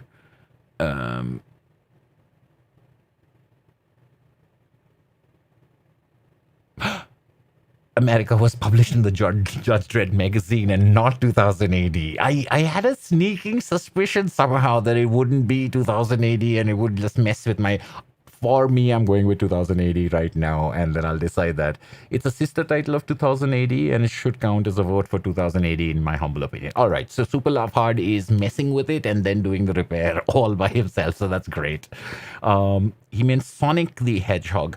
I thought he meant Sonic the Hedgehog, but I think Archie Sonic is a crossover, or it's... No, Archie's the publishing company that published the Sonic the Hedgehog comics, the particular comics that this person seems to be talking about. I don't know if Sonic's been published by other publishers, but I think they are specifically talking about the Sonic comics that came out of Archie Comics, the publisher. So not Archie comic crossover, but Sonic published by Archie Comics is what they mean. So I'll put it down as Sonic with Archie in parentheses. Any choice, day one choice of hate made the list. Comic Crack, wait. Oh, did you put hate into the comments, right? If you put, well, that's not what I meant. You've never, as far as I know, sir, put hate into the comments. But I believe that you would have put them into the comments because I remember seeing it. I know you also had your own video on it, but I'll definitely put it in there if I don't find your contribution while I come up here. It is about Sonic the Hedgehog, the video game. But anyway, no one was asking me. Yes, license when it was under Archie. That's correct. It's Sonic the Hedgehog video game character. But no one has answered me. But Sleepy Reader, who is a Warlord and my Grell expert, is saying Warlord 22, not the Warlord 22. I will take that as all the encouragement I need to get rid of this definite article in front of Warlord, which will also make it easier for me to find once my alphabetical sort starts working. And I'm gonna put Sonic from Archie Comics in that parenthesis. All right, moving along. We were at Warlord 22 by Mike Grell. Ugh. Comment section is like group therapy. Yes. Yes, that's another great thing. What Analog Comics is pointing out in this comment is that you only had to pick one. You only got to pick one, but you're really happy to see other people mention the others. You know, they're getting their chance. They're getting their time in the spotlight. They're not being left out. You can feel less guilty about it because by proxy, you're like, yeah, I like that vote. So that's another reason to hit like on their comments, is to say that, yeah, that would be my vote too, because I only get to pick one. For me, it was the Eternaut. All right, another one for the Eternaut, which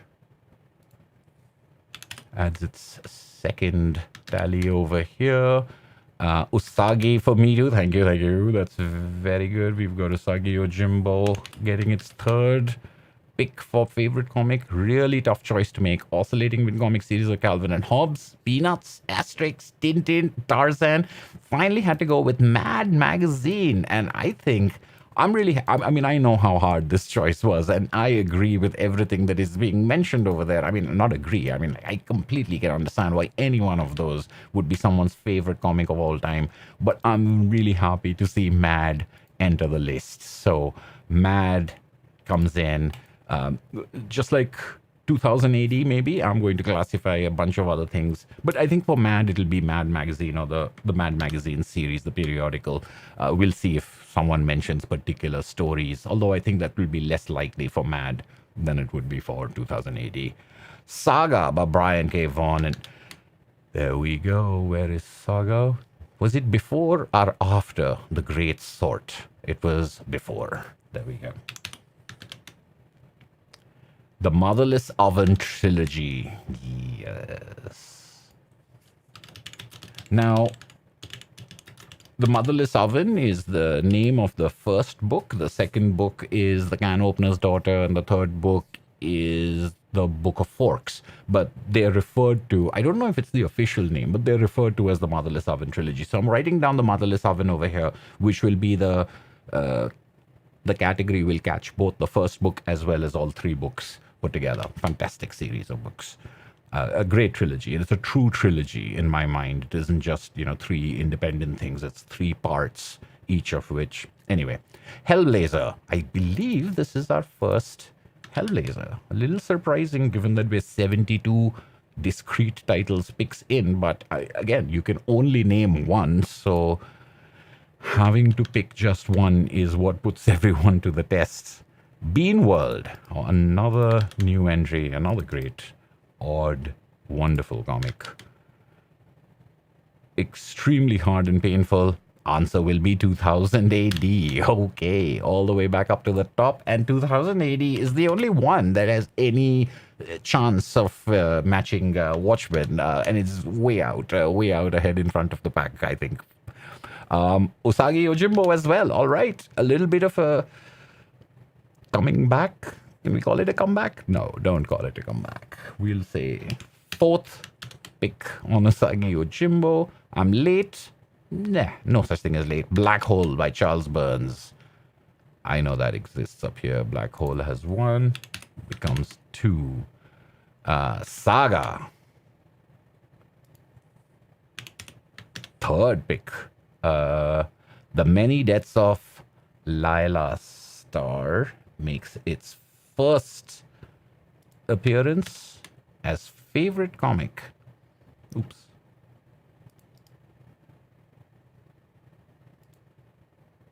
But this one will take the definite article.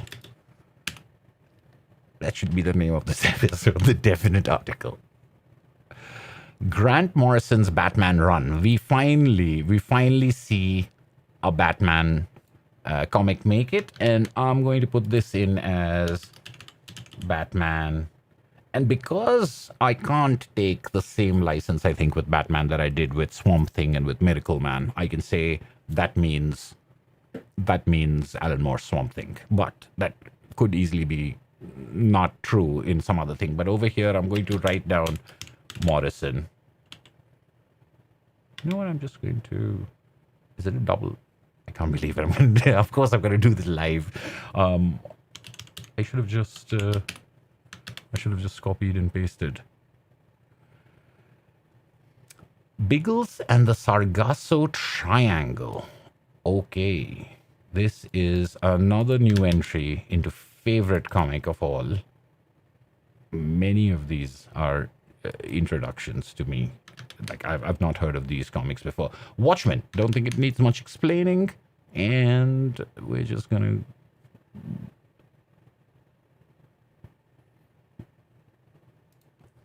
We're just going... Number 8 for Watchmen. Oh, some of my favorites in no particular order. So there's a list over here of whole, but except Watchmen, which I have to admit sits on the top. Well, if it sits on the top, that's the one we are taking. Although there are many here that could have taken an additional vote. Sorry, what am I doing? This is Watchmen. Yeah, I don't need to paste it. There are many there that could have taken an additional vote or been introduced into the list for the first time. There are books on that list that haven't made it, but Watchmen is the one that counts. Essex County, we already have.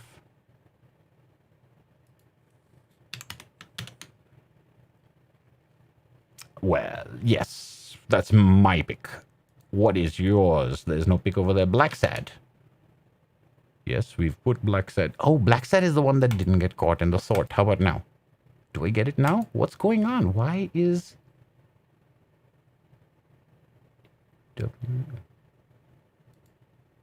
Well, over here, I don't seem to be filtering everything for some reason. You know what I'll do? I will remove the filter and then put the filter back in. That's probably the switch it off and switch it back on thing. Now, where do I... Oh, there we go.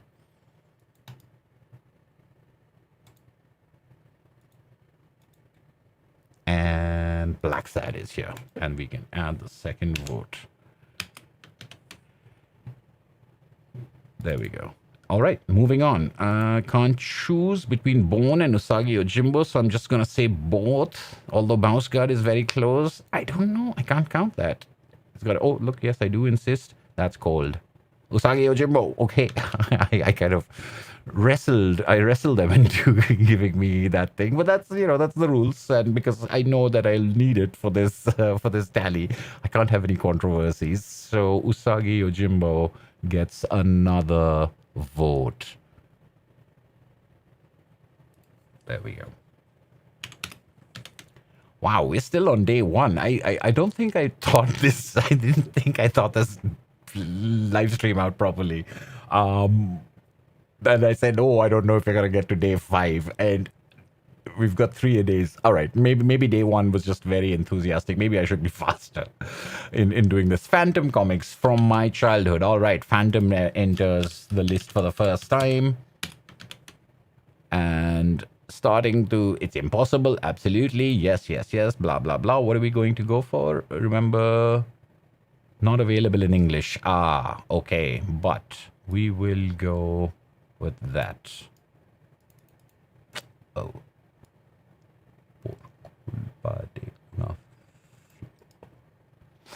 I keep losing this highlight. This is the tough thing. I should have just typed it out. There we go.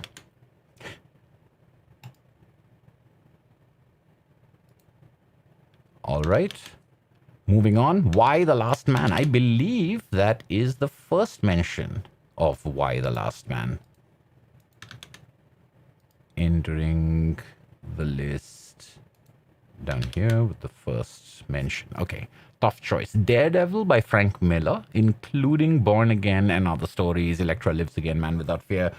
Interesting. So I think what we can do is over here, we can take this as a call and say Daredevil by Frank Miller is one. Now, what that means is there could be a number, obviously the ones that are named over here, there could be a number of stories that are mentioned in this day and in other days maybe. So they'll all fall under Daredevil by Frank Miller. Again, for categorization purposes, not to diminish anyone's particular choice. Usagi Yojimbo, a recommendation from you, needless to say. I am glad to play my part in this, Usagi Yojimbo. And some of you might be surprised. I know that some people are surprised when I tell them that my favorite comic is Usagi Yojimbo. Sometimes they haven't heard of Usagi Yojimbo. Even when they've heard of it, they didn't think it would make that list. And I think some people might be surprised to say that, well, okay, I thought it was this idiosyncratic choice that this guy has. Well, there you go. There are at least 5 other people who feel like it's their favorite comic, or that's the one they want to mention as their favorite comic, which warms the cockles of my heart because I wish more people read Usagi Yojimbo. But I wish more people read all of the comics that we're talking about here, really. I mean, like, everything needs to be read by more people than have already read it, is the way I can approach it. I was looking to find something that clicked. No one had said anything, which I was reminded when someone noted Calvin and Hobbes is the comic Far Side by Gary Larson. So, Far Side, I believe, is Far Side and not The Far Side, or is it The Far Side? Does it take a definite article or not? The question of the evening. I'm going to switch back to the comments to take a look to see if anyone can quickly tell me if it's The Far Side or Far Side. 50% chance of picking up a very good book if they pick up one randomly. That's Daredevil, Swamp Thing, John Byrne's Superman, Batman by Morrison, Daredevil by Frank Miller, and Spider-Man. That's true. I think I will put in the Spider-Man lead it Koromita part of it because then we're talking about a finite kind of thing, and it goes against things like All-Star Superman rather than be about the whole thing. And I think what we're doing is we've said right now that the Spider-Man on the list is that, unless someone brings up some other run or Ultimate Spider-Man, or Ultimate Spider-Man would be a different thing, for example, or someone brought up Straczynski's Spider-Man, then we would create a separate thing. But yeah, your point is well taken, Elderwood, that they will be equally, bifurcated. Mad Magazine was a great choice. I agree, Comic Crack. I was very happy to see that. It is The Far Side. Thank you, Interface. I was waiting for that definite article clarification. The Far Side. And now we can move on with day one. The Wicked and the Divine entering the list. First mention. Oops. Hit the wrong keys.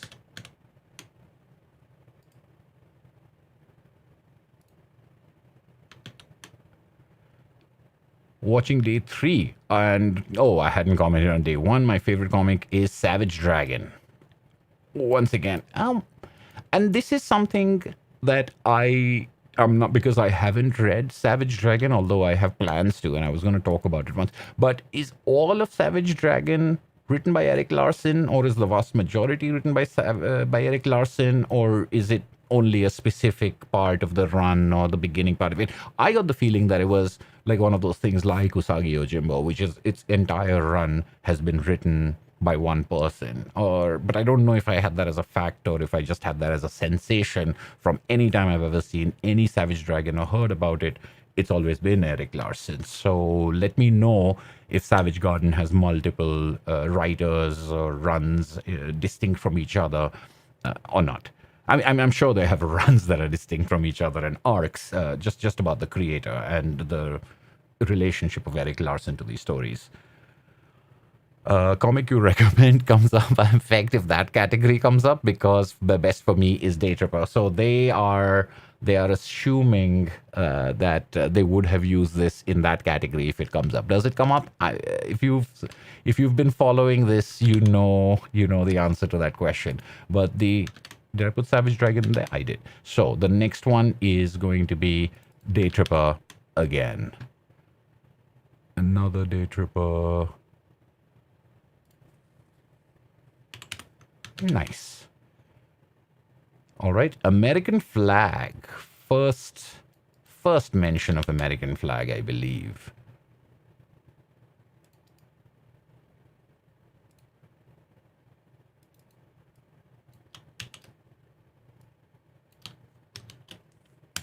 Okay. Gonna keep extending these. Batman Year One. Okay. Simple enough.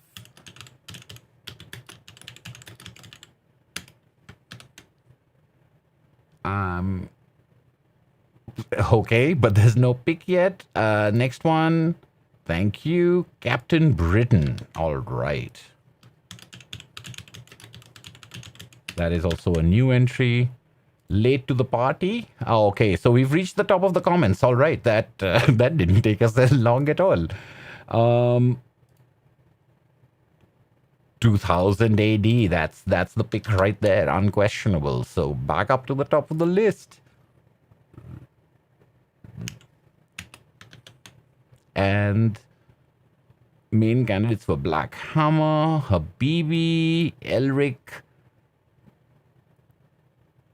Habibi. And so the last comment as of today, the last comment on that video lists Habibi, making its first. So there you have it, everyone. We've got our list, and after day one, which was, of course, your favorite comic, let's sort. What happens if? Oh, it doesn't look at these as numbers. Oh, okay. So A to Z. I need to go Z to A. All right, 9 picks for Watchmen, 6 for 2000 AD, 6 for Usagi Yojimbo, 5 for Day Tripper, 4 for Bone, 4 for Love and Rockets, 3 for Hellboy, 3 for Saga, 3 for Sandman, Sandman, 3 for Tintin, 2 for Black Hole, Black Sad, Blankets, Essex County, Invincible, The Eternaut, Transmetropolitan, and then 1 for a whole bunch of titles. So on day one, as of today, we've got 87. No, that'll be -1. 86. No, I've got some. All right, so 82 distinct titles mentioned as someone's favorite comic. Pretty cool. Pretty cool, I think. All right, I'm gonna take a quick break in the comments. How is everyone liking this so far?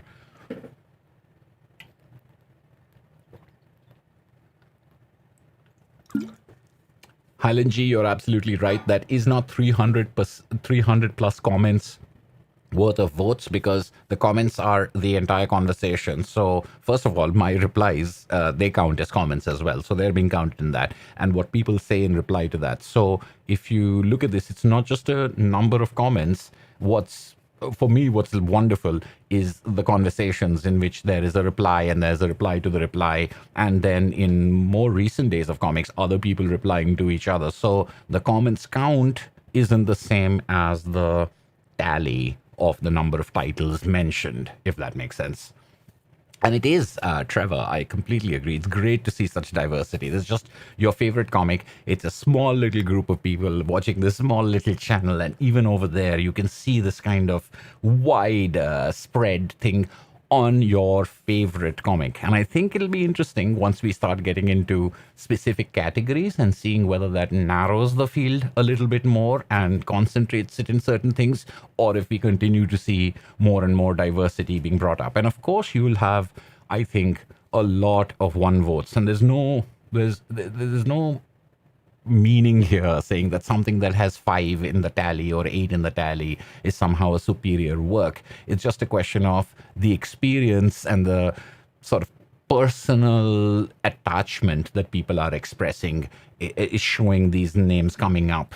They may not have read any of the others, and others who have read this could maybe easily consider it, but want to spotlight something that has a special place in their heart. And I know that when I'm making lists or when I'm making videos, I'll often think about things I want to specifically talk about and not talk about because other people are talking about it. So I feel like, as we were saying, when Analog Comics' comment about therapy is like, you feel happy that people have picked the things that you felt bad leaving out. It's sort of, it works both ways, is that you want to mention things that other people might want to also mention, or you want to mention things apart from what people have said. So that's what I really like about that,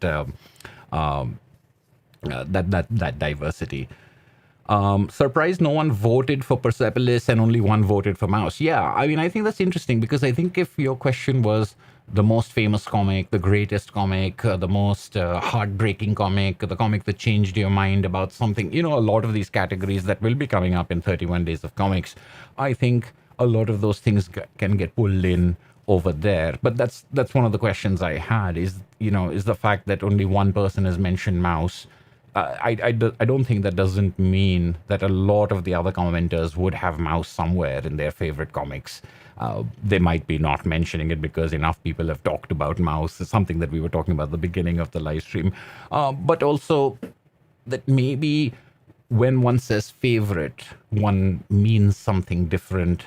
And then what makes something your favorite might mean different things to people. So they may not necessarily lean towards something that is heart-wrenching or hard or difficult or ambitious, because that might not be what they think of as something warm and cuddly. If for them the word favorite happens to have a large aspect of warm and cuddly, for example. So I think that's another interesting thing that I think we can observe and ask these kind of questions, like, oh, how come Mouse isn't up there? And anyone who thinks that, including myself, would be like, yeah, well, you had an opportunity. Did you put it up there? Did you think of Mouse when you were making your video? I could ask myself, and I could say, oh, yeah, maybe, but maybe that's not what I mean when I say favorite, because when I say favorite, I'm really, so that's the kind of thought process I think that's interesting about these lists, because they're not supposed to be about definitive answers, and they're not supposed to be about, this is the best comic, and these are all our comics are not as good as this one. That's what my choice means. I think it's more about, what's the thought process I went through to get to where I am? And that's what I find interesting, and that's what I like about these comments. People having these processes and going through them almost in front of you in the comments, which is what I love looking at. Asterisk 0 votes in day one. Yeah, well, at least the way it stands right now. I mean, if you know people who haven't commented, get them to put it in there, and then we'll see if we need to update this tally. LA says, I might be emotionally exhausted by day 31. It's tough to choose. Yeah, absolutely. I think that the first day is a tough day, though, because it says your favorite, and it's got this sort of absolute sense to it. But the other days might be different. They might be easier, or at least the ones that are chronological, like the last one we did was your first serious comics pursuit, your first comics pursuit, and things like that. The first comic you read, or the first comic you borrowed. If you're talking about history, then it's absolute, and now there's no tough choice. There's just remember, whatever was the first is the first. So some categories may not be as hard. Most categories, I hope, will not be as hard as your favorite comic. That's just a tough thing to push for. Okay, so if everyone's ready and not falling asleep or having to leave for other things, let's move on to day 2 of this. Is Usagi warm and cuddly? Usagi gives me warm and cuddly feelings, even if the stories can be quite hard hitting at times. But yes, there's something about the emotional aspect of Usagi. Well, anyway, it's not about me and what my choices are. All right, so getting back to our lists, what are we doing? We're going to the comment section for day 1 is done. So we're going to go to day 2. I'm going to pause that so that it doesn't take up the bandwidth. Gonna come down to the comments. Where are the comments? Right over here. And I'm going to sort by newest first once again and scroll all the way down. I don't think all the days will have as many comments as day one did. And I did go through them pretty fast. Come on. Well, it's...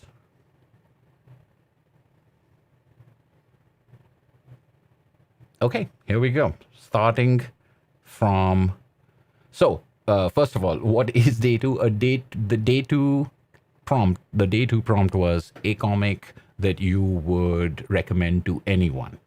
A comic you would recommend to anyone no matter what. It's sort of like universal choice. The way we discussed, the one that has the best chance of working, because a recommendation tailored to someone's specific tastes is one thing, but something that has the best chance of working with almost anyone. Something as close to a universal recommendation as you can find. So for day two, we have, let me check my spreadsheet. Yes, for day two, we're going to see if it already exists. Otherwise, we're going to add it to the bottom of the list. I'm going to rearrange this in alphabetical order to make it easier to find. And we will move on to day two. All right, here we go. First choice, Bone, one of the best all ages comic. All right, so Bone for a comic that you would recommend to almost everyone makes complete sense. So I'm going to... so I've got to make sure that I don't overwrite day ones. And that is... All right, hold on.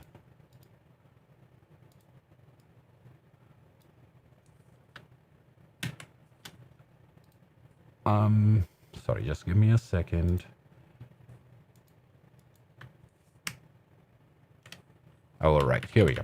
Born gets 1 for day 2. Comic you'd recommend to almost anyone. Second one, Tintin, I suppose. They seem a little unsure, but Tintin is on our list, so we can go ahead and add 1 over here.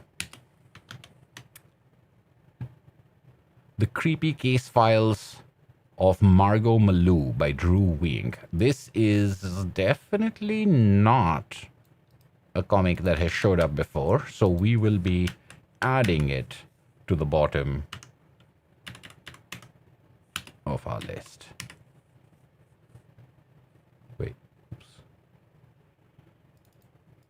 I've not heard of this. I think I might have asked about it in the comments of that, but in case someone else has read this, let me know. And it's not going to be a 1 over here. It is going to be a 1 over here, which reminds me that these should be deleted. There we go. All right, back to our comments. My favorite comic. Oh, and what Dennis is doing over here is, in the comments, he's recapping his previous choices, which is, I think, great. And I know that a couple of other people do that. So whichever comment you find of theirs on whichever video, you'll see their full list. So a comic I'd recommend to everyone, the Arab of the Future. I am another comic that I am not familiar with, but apparently one of universal or near universal appeal, or at least appealable to anyone. Okay, the Arab of the Future takes 1 for day 2.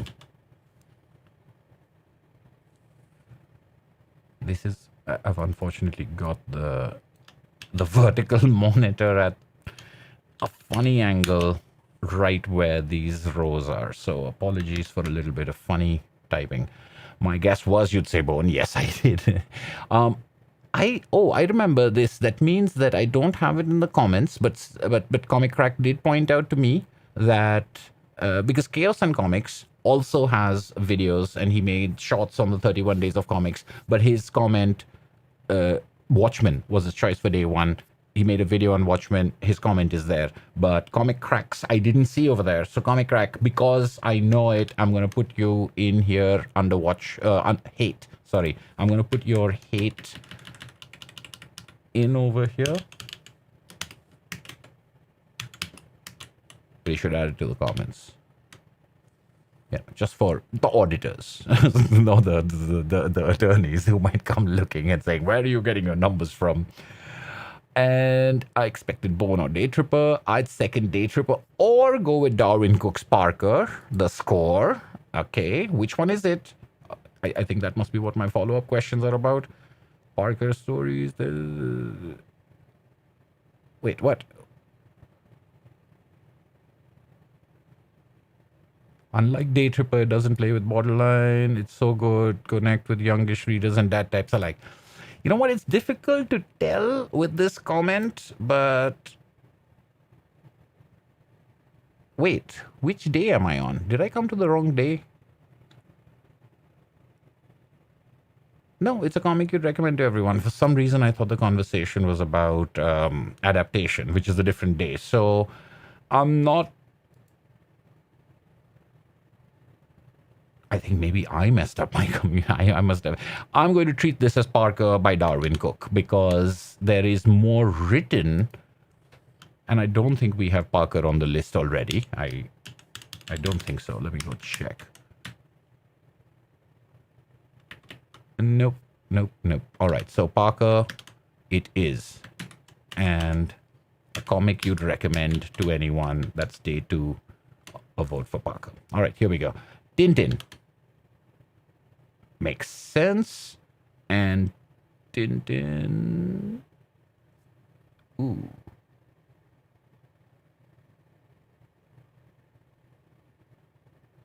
Gets a second on day 2. Write down. Let's go with Peanuts. I believe we have Peanuts on the list, right? Don't we? No, we don't.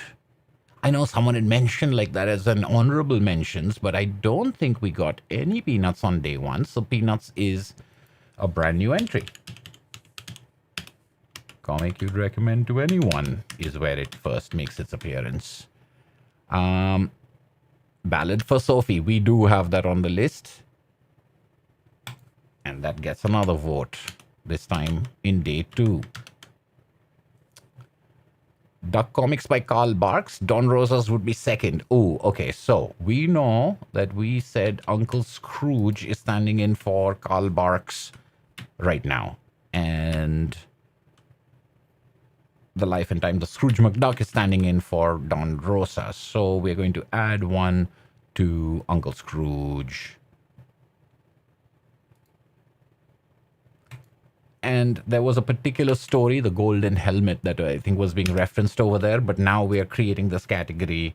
We're making this Carl Barks. All right, Calvin and Hobbes without that caveat. Oh, there are 2 without for all ages. Well, I'm going to go with Calvin and Hobbes just because it appears first. And there's no such thing that it has to be all ages or something like that. It's just something we were talking about over there. And, okay. 1 vote over there. A pick for anyone. Anyone. Preacher, Kabuki, Silver Surfer by Slot and Allred. I don't know. Does this comment have 1 pick? Yeah. Oh. Maybe that's my question over here. The Far Side by Gary Larson. All right, here we go. Finally, we have one, and that we also know. We put the definite article in there, so it's going to be down here. The Far Side. And 1 for day 2. This one is tricky. Moon Cop by Tom Gold. Our first mention of Moon Cop. Excellent comic. A comic you'd recommend to anyone for this. Commenter. Day Tripper is already my favorite comic. I'd be double dipping here. All right, so they did mention Day Tripper. Is this going to be their selection for day 2? The Many Deaths of Layla Starr. Here we go. I think most people pronounce it Layla. I mean, maybe I say Layla because Layla is what I thought, but maybe it's not. I don't know. Do other people from India say Layla Starr? And is that the way the name is supposed to be pronounced, or am I? This is something I'm curious about. All right, so I'm going to say The Many Deaths of Layla Star, and Many Deaths of Layla Star gets another vote in day 2. It had one in day 1. Mouse Guard all day. I don't think we've got Mouse Guard. I think, again, we saw Mouse Guard show up as some sort of a... Yeah. No Mouse Guard. So Mouse Guard's first appearance as a comic you would give to everyone. I would say Yojimbo. Yes. All right. So Usagi Yojimbo takes 1 for... After having that huge number on day 1, this is the first time Usagi Yojimbo has been mentioned on day 2. I'll go with Asterix. Here we go. Finally, we've got Asterix making its entry. Does seem a little odd that it took this long, but again, that's the problem with having to choose only one. You're not going to be able to determine other people's choices. Munnu, a boy from Kashmir. I want the whole title. There we go. First entry for day 2. Day Tripper, all in. Okay, another one for Day Tripper, a comic that you would recommend to anyone. This was... wow. Oh, so this is... Well, okay, again, my votes aren't counting because this is the category in which my final pick ended up being Day Tripper, although I did hem and haw around Bone and that all ages question. But without my votes, this is the first time Day Tripper is being mentioned. And Asterix took its time to get here, but has picked up its second vote. Usagi Yojimbo. Yes.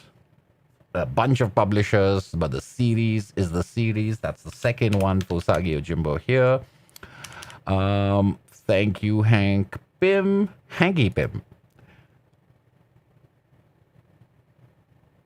Mouse Guard. Here we go. Mouse Guard is also making up for lost time, or trying to make up for lost time like Asterix. I was grateful to have... Yeah. What's your pick? I think it's Day Tripper? No, it's not Day Tripper. No, it's not. There's no pick over there.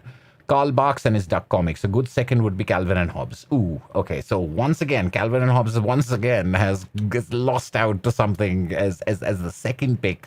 The first one is going to be Karl Barks's, which is we're putting that under the golden helmet Uncle Scrooge, right? So that's the tally over there. You can guess my answer without watching the video. There we go. Oh, sorry, I missed this one over here. Tintin, which works for everyone. So Tintin picks up another pick over here. Limbo Lux in Tenebris. I am not familiar with this comic, but a comic that they would recommend to everyone is a pretty strong recommendation. So particularly in this category, I think I'm very excited about what people name, because this is a universal choice or a near universal choice that they're presenting. So you would think that for something that is so good for so many people, or so likely to be appreciated, or so likely to be enjoyed by such a wide variety of people, you would think that you would have heard of it. So if you haven't heard of something that someone puts in this category, I think it's different from someone putting in a category like a great love story or even your favorite comic, them putting in something you've never heard of. It's quite easy to have a great love story be something you haven't heard of, and someone else, and especially a favorite, like a personal favorite, something I read as a kid, I've never been able to find it again. You could have a lot of those things, but something that is almost a great universal recommendation that you've not heard of, I think is a little different. So that's why these comics that to me are unfamiliar are the ones that sound really like, wow, really? Jetcat? Another example of a comic that I'm not familiar with. Apparently it was published all over the place. And this is what I mean about these comments. An absolute treasure trove. So I'm putting them in here. I'm not sure about the capitalization over here. If it's Latin, does it not have uppercase? even if it's a proper noun. I'm going to leave it like that for right now, but let me know if that should be different. Come for the comics discussion, stay for the definite article and uppercase questions. Most of my favorites are too dark. All right, so this is the distinction between favorites and a comic that you recommend to everyone. You could have something be dark and involved, or, and that's not necessarily a recommendation, no matter how much of a masterpiece you think it. Both Mouse and My Brother's Husband I considered, but I'll have to go with Peanuts. There we go. So Peanuts gets another one on a comic that you'd recommend to anyone. Strong feeling you'd go with Day Tripper. My choice, I've gone with Wrinkles by Paco Roca. Very nice, great comic, one of my favorites, and it gets mentioned. I get a little bit of therapy. Enters the list. Beasts of Burden, another favorite of mine that we haven't seen yet. So Beasts of Burden as a comic you'd recommend to anyone. I can dig it. Wrinkles, look at that. Back to, not back to back, but, very close to each other. We've got Wrinkles coming in and gathering a second thing of a comic that you would recommend to anyone. Excellent. Favorite comic? Here's another one of those encapsulating kind of comments. So, favorite comic was Nausicaa. A comic you'd recommend to anyone? Peanuts by Charles Schulz. Peanuts is really, really hitting this category well. Born would probably have been my choice, but I used it in day one. All right, so they're trying not to repeat choices. I'm going to suggest Calvin and Hobbes because it is universal. Comic strip and not a comic book disqualifies it. I will go with Do a Powerbomb. No, nothing disqualifies Calvin and Hobbes, and I think that's what my reply is over there. Calvin and Hobbes is definitely comics. The medium is the medium. It doesn't matter whether it's in a newspaper or in a magazine or in a hologram. It counts, and Calvin and Hobbes takes its second count over here. That was Peanuts. That was Calvin and Hobbes. All right, here we go. Hard to argue with Calvin and Hobbes and Asterix. All right, hard to argue with. Okay, love Day Tripper. Okay, we'll save it. Okay, my choice is I Kill Giants. Okay, so I Kill Giants enters the list. Great comic, and enters the list as a comic they'd recommend to anyone. Yeah, that was I Kill Giants. Why the Last Man? I've sadly not had many non-comics readers. Now, the interesting thing is that anyone does give an idea as if it's people who don't read comics, but that's not necessarily the case. It could just be a comic that you could recommend to any comics reader, whether they're a superhero reader or whether they only read nonfiction and journalism in comics or whatever it is. It could be that, but absolutely, I think it has that angle of non-comics readers also. So Why the Last Man? The choice makes absolute sense. In my secondary school library, we were allowed to order any book. Bone would always be the book that was brought up by hooking many other children into comics by recommending Bone. So the answer to this for here is Bone, which, all right, picks up a second little thing over here. Mr. Invincible, local hero. I'm going to put this all under Mr. Invincible. Oops. Oh, I went away. And I'm going to have to pause this again. Sorry. All right, I gotta do this whole sort thing again. But we were at Mr. Invincible, so it should be easy enough to find. Wow, there's a lot. There's a lot I haven't gotten to yet. I thought we were almost done with day 2, but oh wait, hold on. Okay, Moon Cop, Tintin. Yeah. Tintin. Wait, what? I don't think we'd gotten up here. There's some repeats. Oh, so I guess Moon Cop comes up again.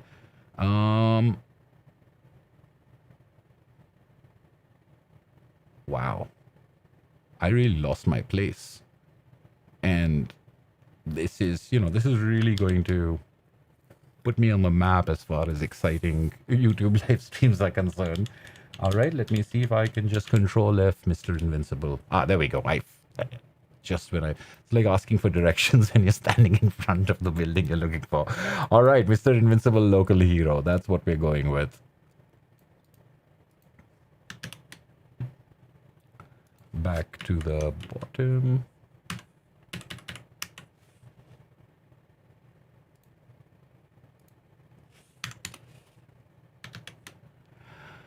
It's a very obvious choice, but I'll go with Mouse, a comic that you would give to anyone. Where is Mouse? We don't have Mouse. Again, it's been mentioned a couple of times as honorable mentions and in other people's comments, but this is actually the first time in 2 days that Mouse is coming up as a pick. Wow. Recommending to anyone is super tough. Agreed. Peanuts in the 1960s. If not, again, Peanuts absolutely counts. Calvin and Hobbes absolutely counts. Comic strip collections count. So Peanuts gets the vote from Sleepy Reader in this case. Uh-oh.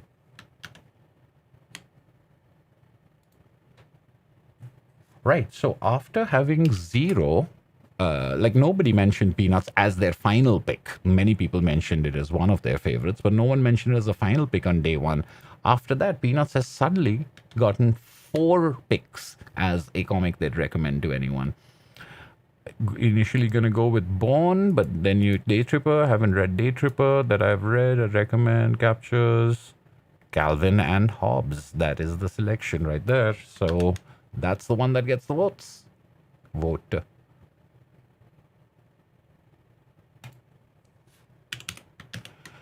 Okay.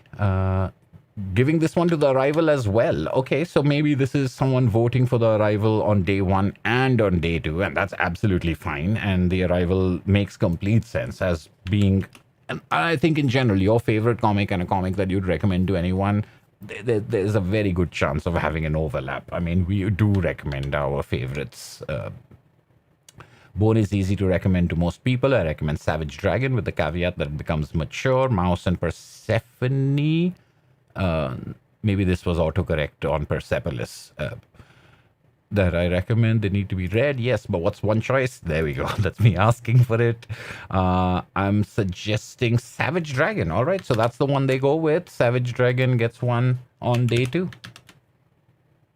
A comic I think I could comfortably would be DC The New Frontier. I believe this is the first mention of DC The New Frontier.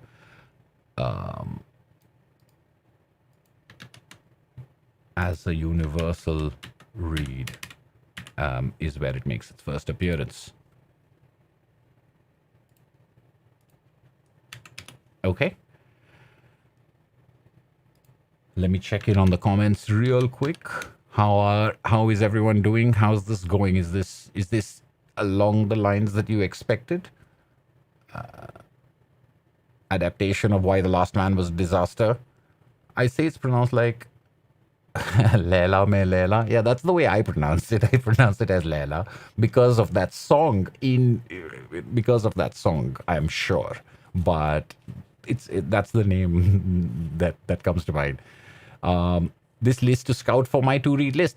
That's what I love about these comments, is that they are essentially building to read lists for people. And I think this tally kind of gives you an idea about, popular and idiosyncratic or one-off, etc. But over 31 days, I think we might be surprised to find even the most idiosyncratic picks be something that come up more than once. And I think that's the thing, and I think that's some way representative of the way it happened with me when I was coming back into reading comics, and then I had people give me recommendations and things like that. And then when I get online, there are certain names you hear come up over and over again, and you hear them from different areas. You hear them from different kinds of outlets or people. They're not necessarily all the same. And that is what creates that curiosity. That's what makes you go, wow, that must be an interesting thing to check out, because that 60-year-old man and that 18-year-old girl and that, like everyone, that person on YouTube, that person who's written that blog, those people on Reddit, like everyone has mentioned this at some point of time or the other. And I can think of so many things in my life where I just went like, that sounds not at all like something I'm interested in. And then depending on who was talking about it, and I was like, whoa, that's interesting. Then if they think they like it, And a lot of these have helped me get over certain biases I have. Um, Before I'd seen any actual video, just from the images of Avatar The Last Airbender, I had made up my mind on what it was. And it was on Nickelodeon. So it was after I heard people whose opinions I really respected, and people whose opinions on storytelling and craft and things like that I really respected. The more I heard about people like that every now and then mention Avatar The Last Airbender, that's why I checked it out. Not because the material or the synopsis or the artwork looked appealing to me. It's because I kept hearing about it every now and then, and I kept hearing about it in the oddest of places, in the places that I wouldn't expect people to be talking about a Nickelodeon's children's show. So somewhere I think seeing people talk and seeing like hundreds or dozens of comments and seeing how they come up is interesting, I think.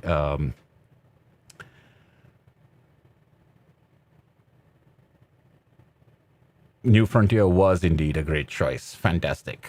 Lohit Shastri. All right. But we don't need to keep giving individual things. You can put it all into one sentence, because otherwise it comes across a bit like spam in the comments. So you're of course, welcome to go and put the comments, your picks that you want to, into the particular days. So now returning to our list, we're still only on day 2. Maybe I'll cut this live stream short. It is after 1 a.m. over here, but maybe I'll just do day 1 and day 2. I don't know. Leave the big, because I know people have to do stuff as well, and I didn't really expect it to be this long. I thought I'd just be speeding right along. I don't know why I thought that, but I thought I would.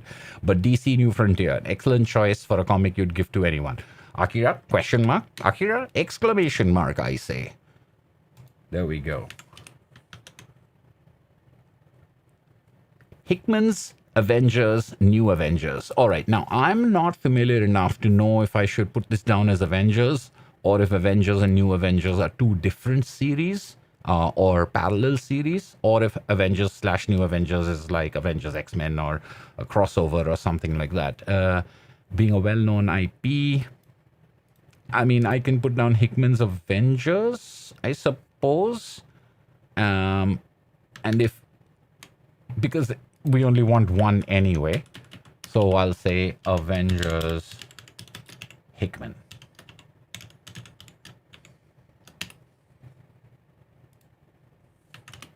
Okay, and let me know if that's inappropriate in your minds. Next, Asterix. Easy. Yeah. All right, so Asterix. Wait, hold on. Do we not have Asterix here? Or did that? Oh, because it appeared on day 2, so it's before the... I've got the same problem again. All right, this time I know what to do. I remove the filter. Excuse me. What did I just... And create a filter. There we go. So Asterix takes another over here. I would have to go with Nimona. All right, the first entry for Nimona. Day 2, a comic you would recommend to anyone. An excellent comic. I'm going with The Way of the House Husband. This was mentioned somewhere on day 1 before, but didn't quite make the final cut. I think it was one of the honorable mentions or something else, but over here it is the choice for the day. Yeah.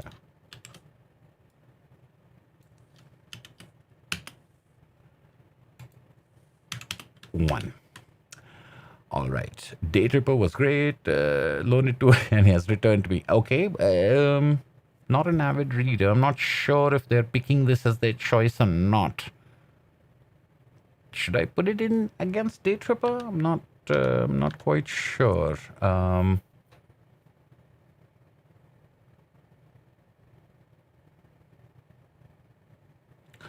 All right, so Ranadi one, I'm just looking at the comments, says Hickman's Avengers and New Avengers are parallel and go one issue of this and one issue of that. So Avengers it is colloquially, and New Avengers is Bendis, says Highland G. All right, so I'm just going to go with Avengers, but if it's parallel and it's running, I'm guessing it's kind of like what happened with the X-Men stuff that Hickman did, where there was a whole bunch of, like House of X and House of M or something.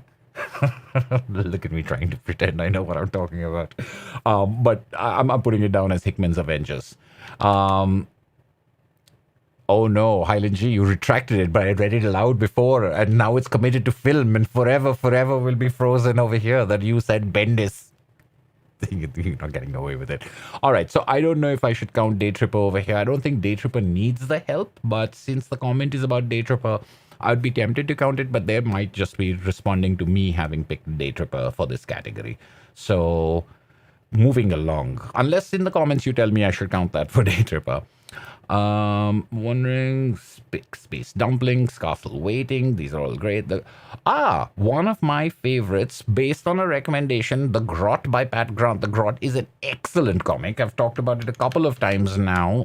It's superb, and I'm very happy to see it make the list.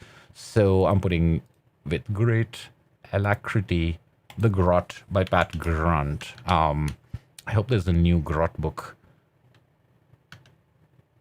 There's a new Grot book coming out. Okay, go with Better Place. Better Place. Is it Better Place or A Better Place? I'm going to put this in as Better Place because it's the first one. Let me know if the indefinite article in this case needs to be inserted in there. Slam Dunk. All right, many new comics coming up, and I think we're seeing a lot more manga being represented, although we had Akira and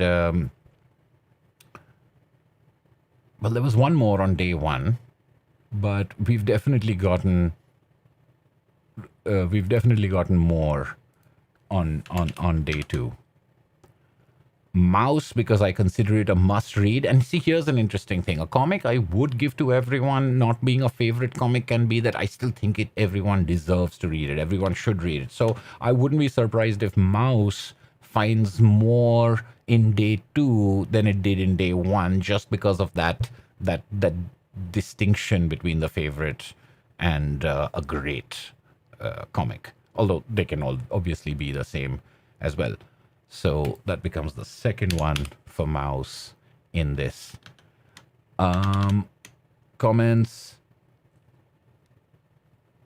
Lohit, there are 4 different videos right now, 5 different videos, day 1, day 2, day 3. So depending on the category, you can put your choices in there. And basically what I'm doing is I'm taking those choices and tallying them up in this live stream. It's not rules or anything like that. In fact, that makes it sound quite draconian.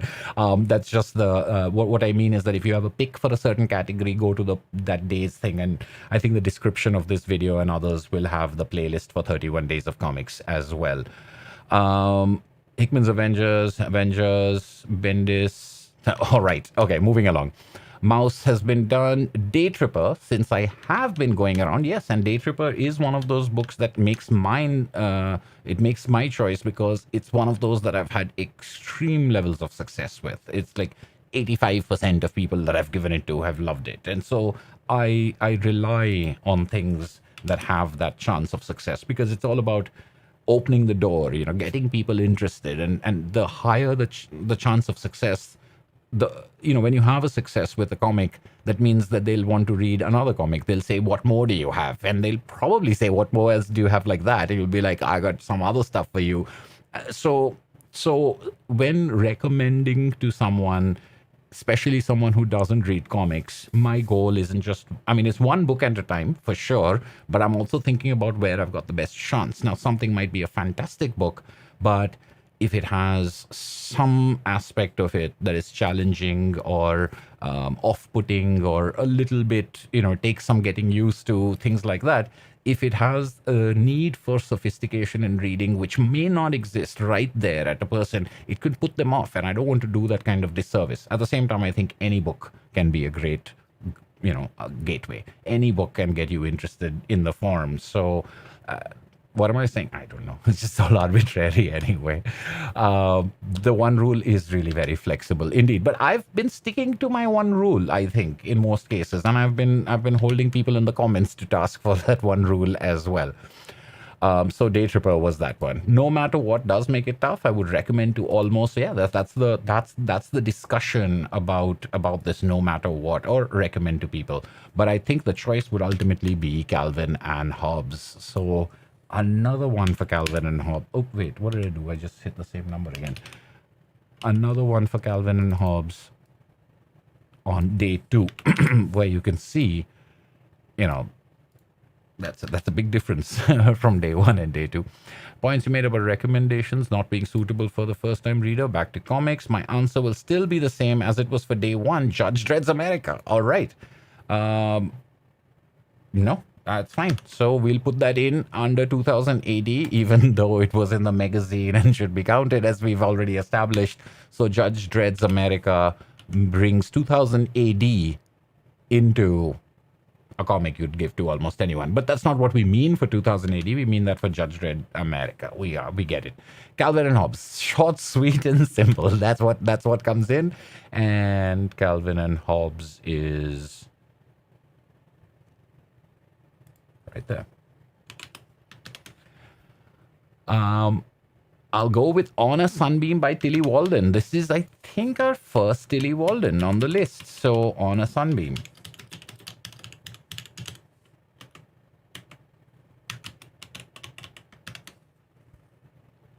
Bone color version. We'll just give it to Bone. Color, black and white. It's all great. So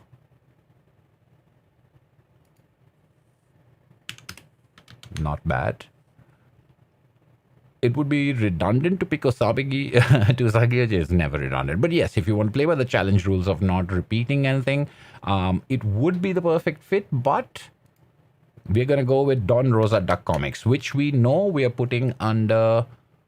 We're putting under the life and times of Scrooge McDuck. So Don Rosa Duck Comics. That's this row. So we've got them marked for day two as well. Snow Glass Apples. Ooh, the first... Well, no, we've got Neil Gaiman. First, Colleen Doran, I guess. On this list.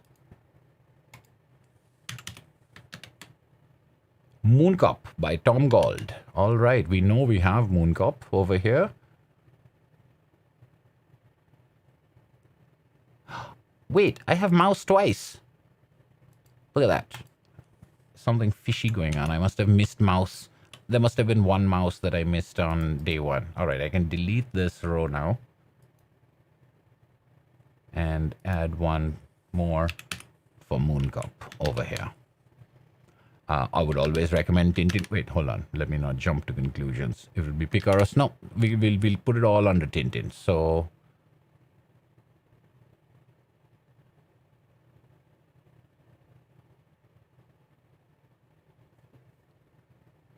what? Yeah.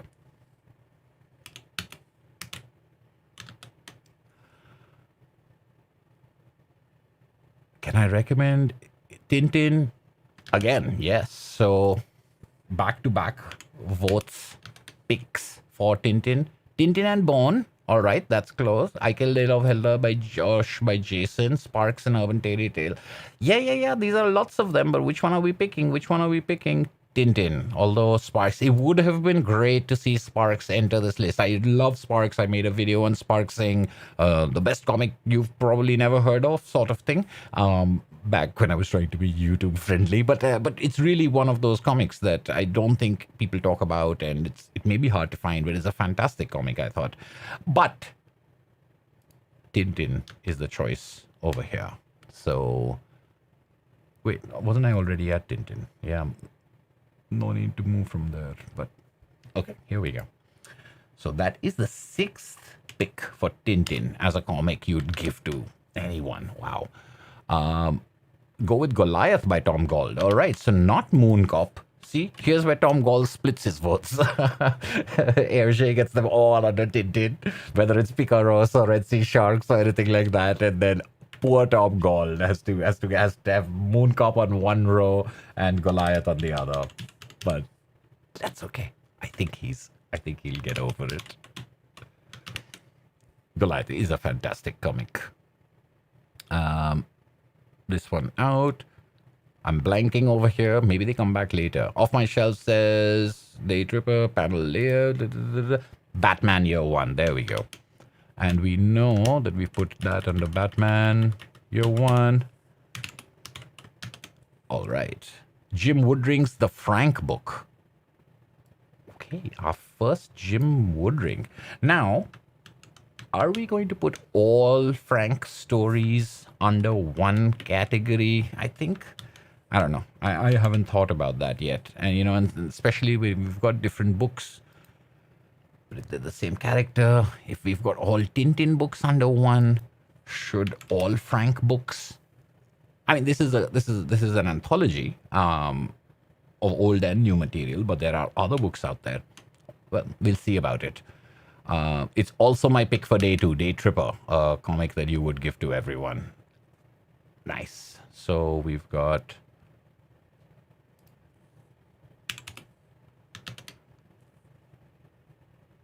the Rala Rudens series by Anghar Tomos. I am not familiar, but I'm gonna put this in as a series, and we get to mark it down. That's another thing. Here's a list. Here is a list of things, some of which we've heard of, some of which we haven't, that people are putting out there as suggestions. So it makes for a nice little document to have anyway.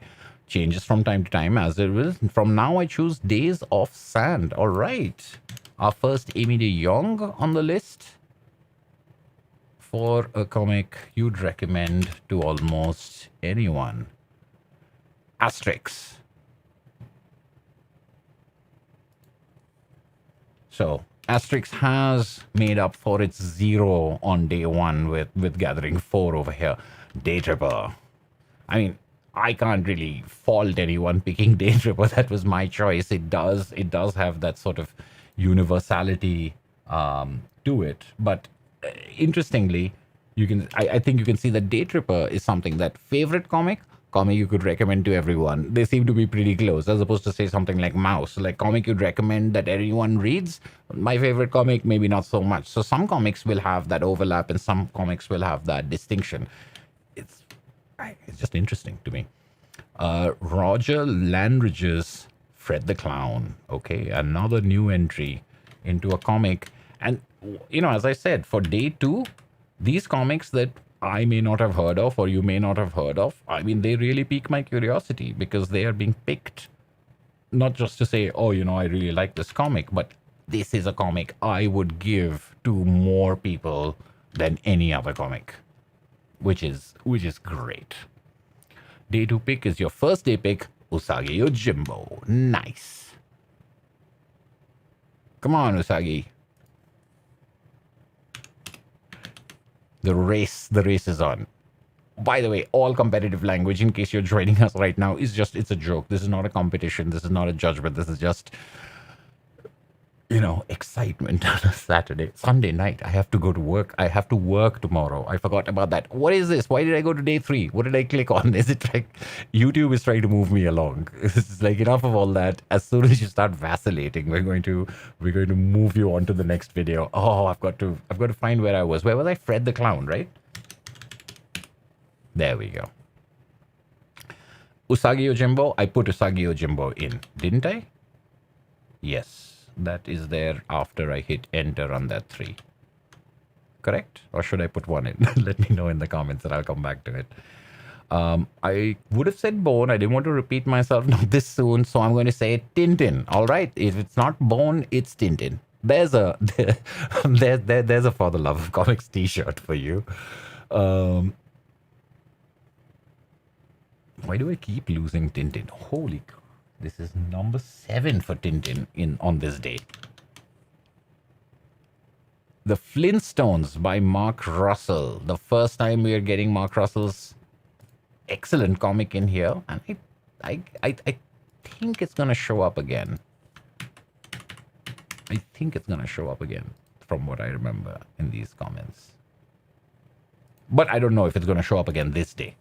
So, The Flintstones by Mark Russell, comic you would recommend to anyone. Supergirl, Woman of Tomorrow. This is a newish comic that I've heard a lot of good stuff about, and particularly from people who tell me to read it, knowing that I'm not really the biggest reader of Marvel, DC superhero comics, but I think because I liked the Tom King stories that I had read so far, I think almost all of them. I haven't read any Batman by Tom King, but I've read a number of Tom King stories, and I liked I think I liked all of them. So therefore they said, hey, you like Supergirl, Woman of Tomorrow. I'll check it out maybe. So Southern Bastards. I believe, yes, this is our first mention of Southern Bastards in this game. Oh, this is what I haven't done. I haven't copied this down. There we go. And Tintin. I should have like I should just color this row so that I know how to navigate above and below Tintin. And finally broke the only rule. I don't know what you're talking about, Analog Comics. I don't believe I broke this rule. Mentioning isn't the same as picking and all of that stuff. No European classics. No, the thing doesn't try to sell the idea. Well, thank you. I didn't have to go through a list of titles at all, did I? So more for Bone as a comic that people would want to give to almost anyone. Bone has now tied the number of picks it had for favorite comic on day one. The Sixth Gun. Again, new entry. Comic that you would give to almost anyone. And I will go with Mafalda. This is our first mention of Mafalda. It's a comic I've never read, a comic series, but I've heard a lot about and seems to hold a very special place in the hearts of the people who talk about it. From the eloquence and the love that they give for this comic, it's one of those things that I'm very curious about. It's kind of the way a lot of us talk about Tintin, I suppose. The complete Calvin and Hobbes for all. Okay, so Calvin and Hobbes. There we go. Wow. This video series is pure gold. Thank you, Analog Comics. Ponniyin Selvan Comics. I am not familiar with these comics, but I think these are movies. So these are comics based on the movies, maybe? I'm not sure. I've not heard of them, but if they are comics that you say you would give to anyone, I will put them into the spreadsheet. But, all right, maybe it's getting late because the thing I've been doing for the whole evening, I've forgotten how to do that. Unbeatable Squirrel Girl. This is another first appearance on this list. Comic for anyone.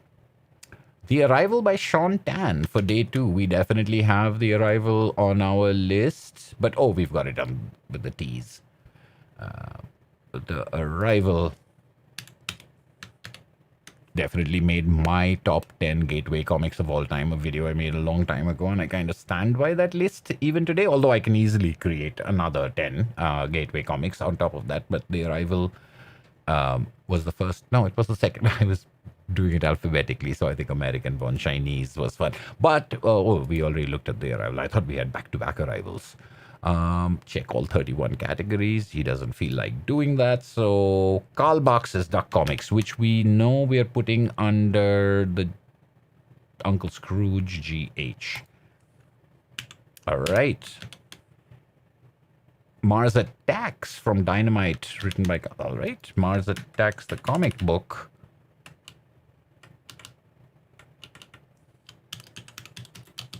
And I believe the right way of writing this is with the exclamation mark. But correct me if I'm wrong. The House by Paco Roca. Very nice. Also new choices. Macanudos. And it's a strip. Another one of those that I haven't heard of, but something that someone would recommend very highly. And universally. Another count for Day Tripper. I mean, who am I to argue? Already used Tintin for day 1. The choice in day 2 is between Asterix and Usagi Yojimbo. I might as well go for Usagi. And yes, they can all be enjoyed, but the choice over here, Asterix loses out in a pinch to Usagi Yojimbo for a comic you would give to anyone. And Usagi Yojimbo climbs. After a day of deliberating, I agree with Daytripper. I'm glad that, like we're deliberating these things. I think that's what it's all about. Is that rumination. Wait, Daytripper. D. Right. Ooh, Daytripper wasn't a slouch on day one, and on day two has already overtaken its day one total. Thanks, YouTube, for deleting my comment. All right. Calvin and Hobbes, Bone. So, what makes a good recommendation? Not gonna 40, 17 volume manga, Panel Syndicate. Right. Okay. So, David Lopez's Black Hand Ironhead, which is on Panel Syndicate. So, it's pay what you want, which makes for a. Yeah, I mean, I think when making recommendations to people, I have a tough time if, say, for example, if something is out of print. Yeah, I mean, you can look for it and pirate it and so read it, etc. But it feels a little pointless that I'm recommending something that someone can't get their hands on. So I do think that keeping your, and with the Arrival, I think people made some great points about language, and maybe silent comics are the ones that are best for recommending to anyone because you don't have the language barrier. So once again, these discussions are fantastic and bring up a lot of great thoughts and discussions. Daytripper is a great pick. I got stuck on the For Anyone, decided I had to pick an all ages book. I can't go further than Hilda. Hilda makes her first appearance on this list. That's crazy. But a comic you would give to her. Batman New 52. Now here we're going to get into the Batman problems, right? We have Batman by Morrison. We have Batman Year 1. But New 52 is a run, or is it a particular author, or is that the Tom King Batman, or is that later? I don't know. I'm gonna put in. No, wait. You know what? I'll just add to the bottom. I'm gonna say Batman New 52, just the way that it is written, and you can let me know if that should be something else.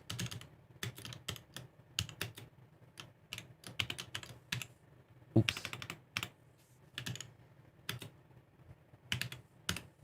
Okay.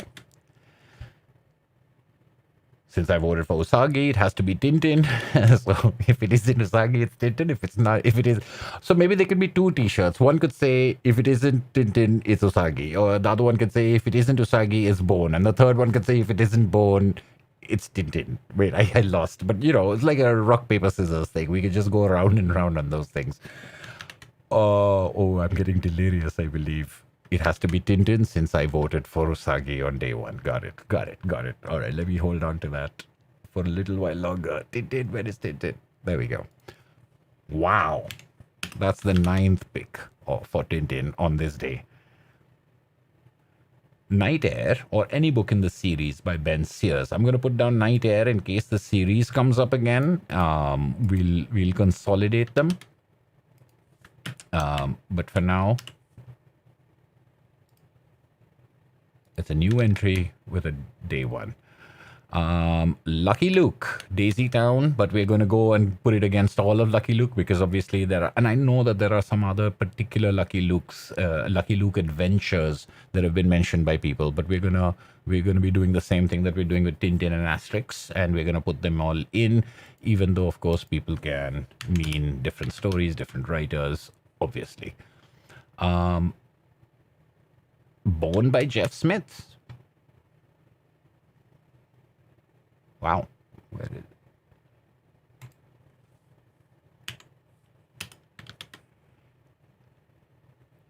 Tough one. Granville story by Brian Talbot. All right. This is our first Granville.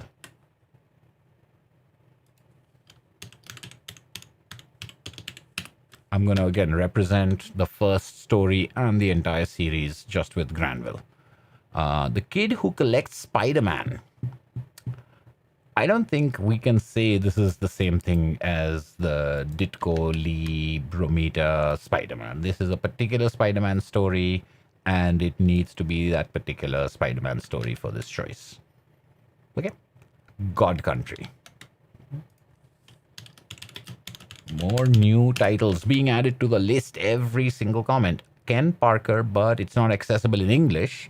So the complete life and times of Scrooge McDuck it is. All right, we're getting back to life and times of Scrooge McDuck after a long time. Okay. The Dark Phoenix saga. All right. I'm gonna just put Dark. Well, no, it is the Dark Phoenix saga as even in a collected volume, isn't it? So, all right. I'm torn between the Phantom or Tintin. Both can be picked up. Both do exist on our list. Both again cater. All right. What is my tough to pick? Yes. What? Both. They didn't give me a choice. I mean, like, they didn't present a choice in their answer, so I don't know which one to pick. I'm going to take an executive call on this, and Tintin has been getting a lot of, a lot of people have mentioned Tintin. So in this one, because they said they were truly torn, and because we do have Phantom on this list, and it's I think we have Phantom on this list. Yes, before the Great Sword. So I'm going to give it to Phantom. It should be the Phantom, really, but it's easier to find under the P. The T's get problematic. Think it would take me longer, but for me, it's All-Star Superman. Okay, and we definitely have All-Star Superman on our list, so that gets another one, this time for day 2. I meditated on this one for a few days. I'm too late. How can I? Eric Kota. All right, so some people are getting some praise over here. I too choose Calvin and Hobbes as a comic that you would recommend to almost everyone. Wow. Another one added to Calvin and Hobbes. I would probably second Calvin and Hobbes. Your suggestion. I love Day Tripper. I got my grandma to read it and she likes it. That's great. But I'm not going to count it for Day Tripper. I'm going to count it because it says I would probably second Calvin and Hobbes. So let's give it to Calvin and Hobbes instead of Day Tripper. Calvin and Hobbes for all, at least one strip a day. Wow, this seems to be Calvin and Hobbes' category to beat. Day Tripper is amazing. I got the Deluxe, the Godfather, Sea of Love, The Arrival. Wait, so there's a lot over here. It's not comics for everyone, so they're obviously cancelling out Day Tripper. Amazing. My mother won't enjoy it. All right, so Bone is cancelled. Some silent, maybe some silent. Grandfathers, A Sea of Love. Do they have a... They don't have a pick. Darn it. I don't know what to pick. Should I put it into Arrival? Or should I create a new one for A Sea of Love? Should I create a new one for A? Or this one seems tough. Should I just leave it? I'm going to go to the comments real quick and see what, if anyone, is going to recommend. No one has mentioned The Goon yet. Supergirl by Tom King is basically True Grit in space. That sounds interesting. I do like True Grit. I mean, I like the Coen Brothers movie more than the John Wayne movie. Yeah, Mafalda. New 52 is a run. It's by Scott Snyder. Okay, Batman New 52 is by Greg Capullo and Scott Snyder. All right. So I put that in as New 52 separately. Kiddo Collects Spider-Man. It was a Roger Stern. Yes, I've heard of that story. But if anyone has any advice for me on what I should do with this select Arrival, all right, thank you. I got one person telling me that I should select the Arrival. I'm going to go with the Arrival, and maybe the author can come back and tell me to pick something else. Right, so... Oh, wait, it is you. It's you. Pavel, it's your comment. So great. I have this. No one can doubt this now. I'm going to put it on the Arrival because I have it from the author that's where it needs to go. Oh, it's the Arrival. See, this is the problem with the... Okay, so gets its third pick over here. I could recommend to almost, except for my mother. Yeah, but recommending to your mom seems to be this nice, challenging thing, right? You're like, oh yeah, I recommend to anyone. How about your mom? Day Tripper and The Rival, I could recommend even to her. The only one I can come up with, recommend to anyone, Boxers and Saints by Jean Luen Yang. All right, Boxers and Saints gets its first entry into our list.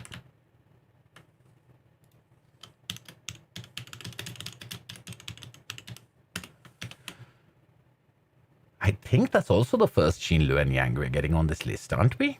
I don't remember if any of the others have come up. For this category, I will go with mouse. All right, mouse it is. And now we have a consolidated mouse. And I've seen my selection posted here. It doesn't change the fact that Calvin and Hobbes is easily the comic that I would recommend to most people, no matter what. And a lot of people agree with that. Our first one to go into double digits, Calvin and Hobbes, there's 10 picks for this day. That's crazy. But absolutely understandable. I might have to go with Hilda for a comic to recommend. It's not the silliest thing. It's not the most action-packed. Yeah. Absolutely. No arguments here. Hilda gets another. Where is Hilda? Oh no.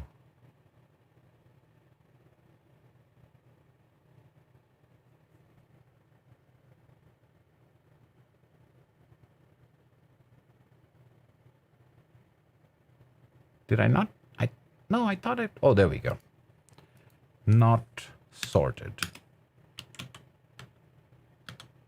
All right. After Hilda, we have Born Collector thing. I could read it digitally. Yeah, I don't think there's a choice expressed over there. Asterix. That is definitely expressed over there. Asterix gets the 5th one for this day. I'll not go for the one you didn't go for, but go for Jamie Smart's Bunny versus Monkey from the Phoenix, a kids UK comic that doesn't get the attention it deserves. I really like hearing things like this. Like this one, Bunny versus Monkey, does not get the attention it deserves. Are you not intrigued? I'm intrigued because they're obviously aware of like this UK kids, Bunny versus Monkey, and if they're still going to recommend it, it's not just the all ages part of it. So exactly what you want to come to these comments for. Mark Waid and Chris Samney's Daredevil. All right, I'm going to start putting Daredevil in under, and this one, so that was Daredevil by Frank Miller. We're going to say by Mark Waid. Well, we're saying Frank Miller to include Frank Miller, Matt Zucchelli. So Daredevil by Mark Waid. Was Chris Samney the run? I'll put him in there. That's fine. That's fine. That works. And Freddie Milton Nuff books that known as Nuff. Oh wait, these are wow, these are from 23 minutes ago and 1 hour ago. These weren't here when I started this live stream. This is up to date stuff, guys. This is fantastic because I was just like, wait, I don't remember reading this, and I can see that I haven't marked them with hearts or anything like that. So hot off the press, but Nuff in knows as Nuffed in Fantagraphics, the recent translations. All right, I'm putting it down here. NUFT. All right, and that means that the rest of these can be deleted. And now we've got our end of day 2. What I'll do is I'll remove the filter and bring back the filter. That's what I was doing, right? I can't even remember right now. There we go. No filter.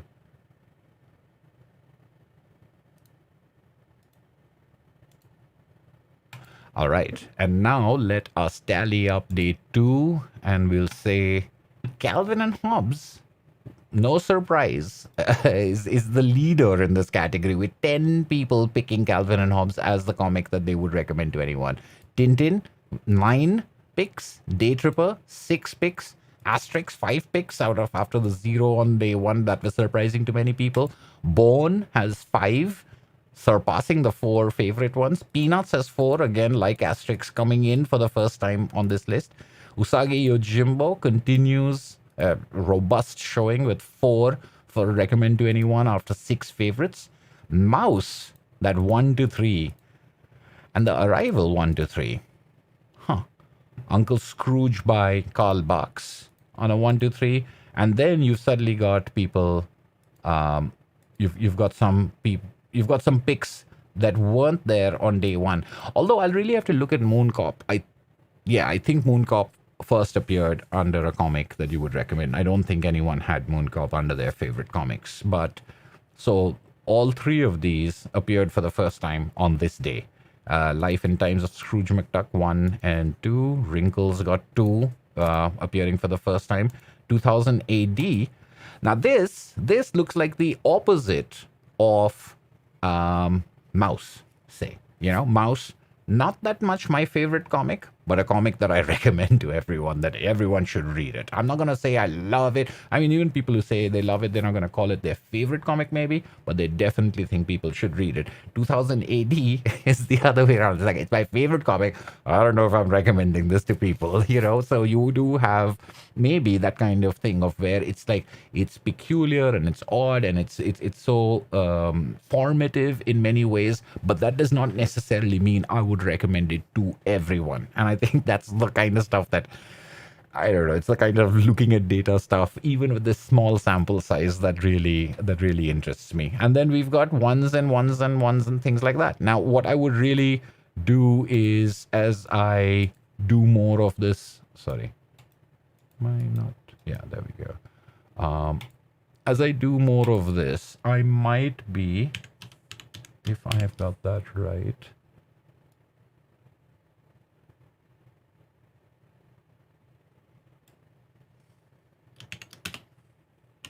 right. So there we go. I can, it's again, this vertical thing is really confusing me because all of my taskbar stuff is up there. But here you go. Here's the total of it across 2 days.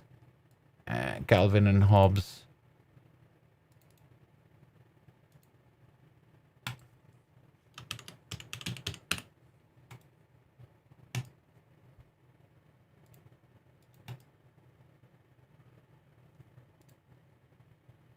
All right. And then if we do this, here's across 2 days what our totals are looking like. You've got 3 and 9 making a total of 12 for Tintin, 11 for Calvin and Hobbes. You're just coming up on day 2 out of nowhere.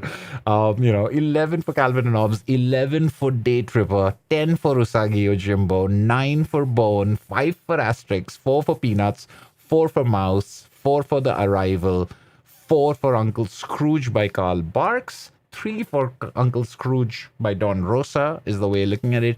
2 for Hilda, 2 for Moon Cop. Wait, hold on. What's going on here? Wait, this is not right. 2000 AD has been unfairly treated in this thing because of one stupid blank row. We didn't have our formula go through. Oh, the joys of spreadsheets. Well, now I think we've got it. Right. Aha. Now let's try resorting this. Do we get different results? What? There's something about this Google Sheet stuff that isn't quite as... or maybe I'm just doing something wrong. This creating the filter over and over again to catch things that weren't caught before. Maybe that can be done a different way. Here we go. 12 for Tintin, 11 for Calvin and Hobbes, 11 for Day Tripper, 10 for Usagi Yojimbo, 9 for Bone, 9 for Watchmen, 7 for 2000 AD, 5 for Asterix, 4 for Peanuts, 4 for Mouse, 4 for The Arrival, 4 for Uncle Scrooge by Karl Barks, 4 for Love and Rockets, 3 for Uncle Scrooge by Don Rosa, 3 for Hellboy, 3 for Saga, 3 for Sandman, 2 each for Hilda, Moon Cop, Mouse Guard. Well, Wrinkles, Akira, All-Star Superman, Ballad for Sophie. Ballad for Sophie's tally is going to change when we get to a future day. Batman Year One, Lucky Luke, Phantom, Savage Dragon, The Far Side, The Many Deaths of Layla Starr, Why the Last Man, Black Hole, Black Sad. I mean, it looks like a pretty good list. This looks like a, this looks like a list of all stars and comics recommendations that would be good to have. Um, Family Enough was published. I'm back in the comments section because I think what is it now? 2 a.m. I don't. So alongside all of my other stuff, I also did this with my glasses today. So yeah, it's 1:51 a.m.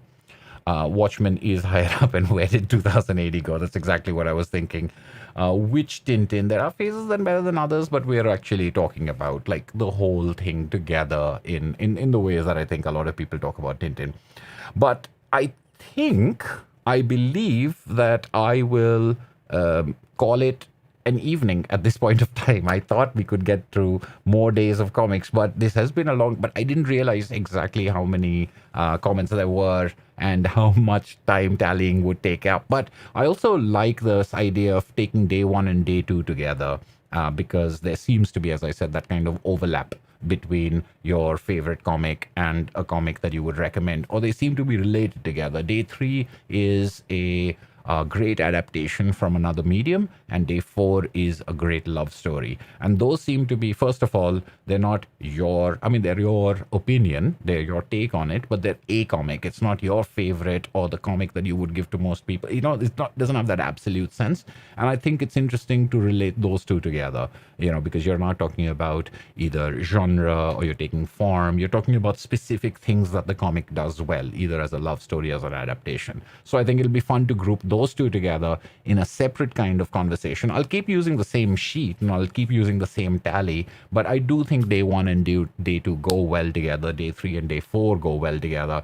So maybe that'll be a future live stream in which we tally up the comments. And if you're watching this, and if you have been watching this exciting spreadsheet action, as I say, and you don't have comments up, go ahead and put your comments in there, because if I sort it and I can see where I got to the last time, I might be able to go from there, and this will be as evidence. So I can even go back to day one and day two and tally up your suggestions. But definitely, if you haven't commented on day three and day four, since that will be the next thing that I'll do in a live stream, maybe, let's take a look.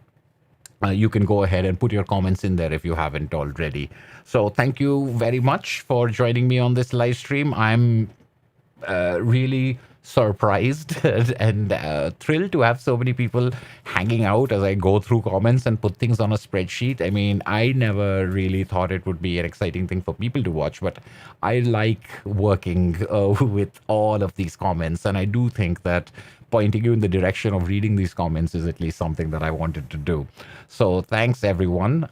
This has been For the Love of Comics. It might be a while before you see me next, as I was explaining right at the beginning of the live stream, but I'll be in touch through the community page and whatever videos I can upload. We'll continue with 31 Days of Comics, and hopefully there'll be a live stream of some sort in the near future as well. Have a good night, and I'll see you soon. I'll see you at the next video. Bye.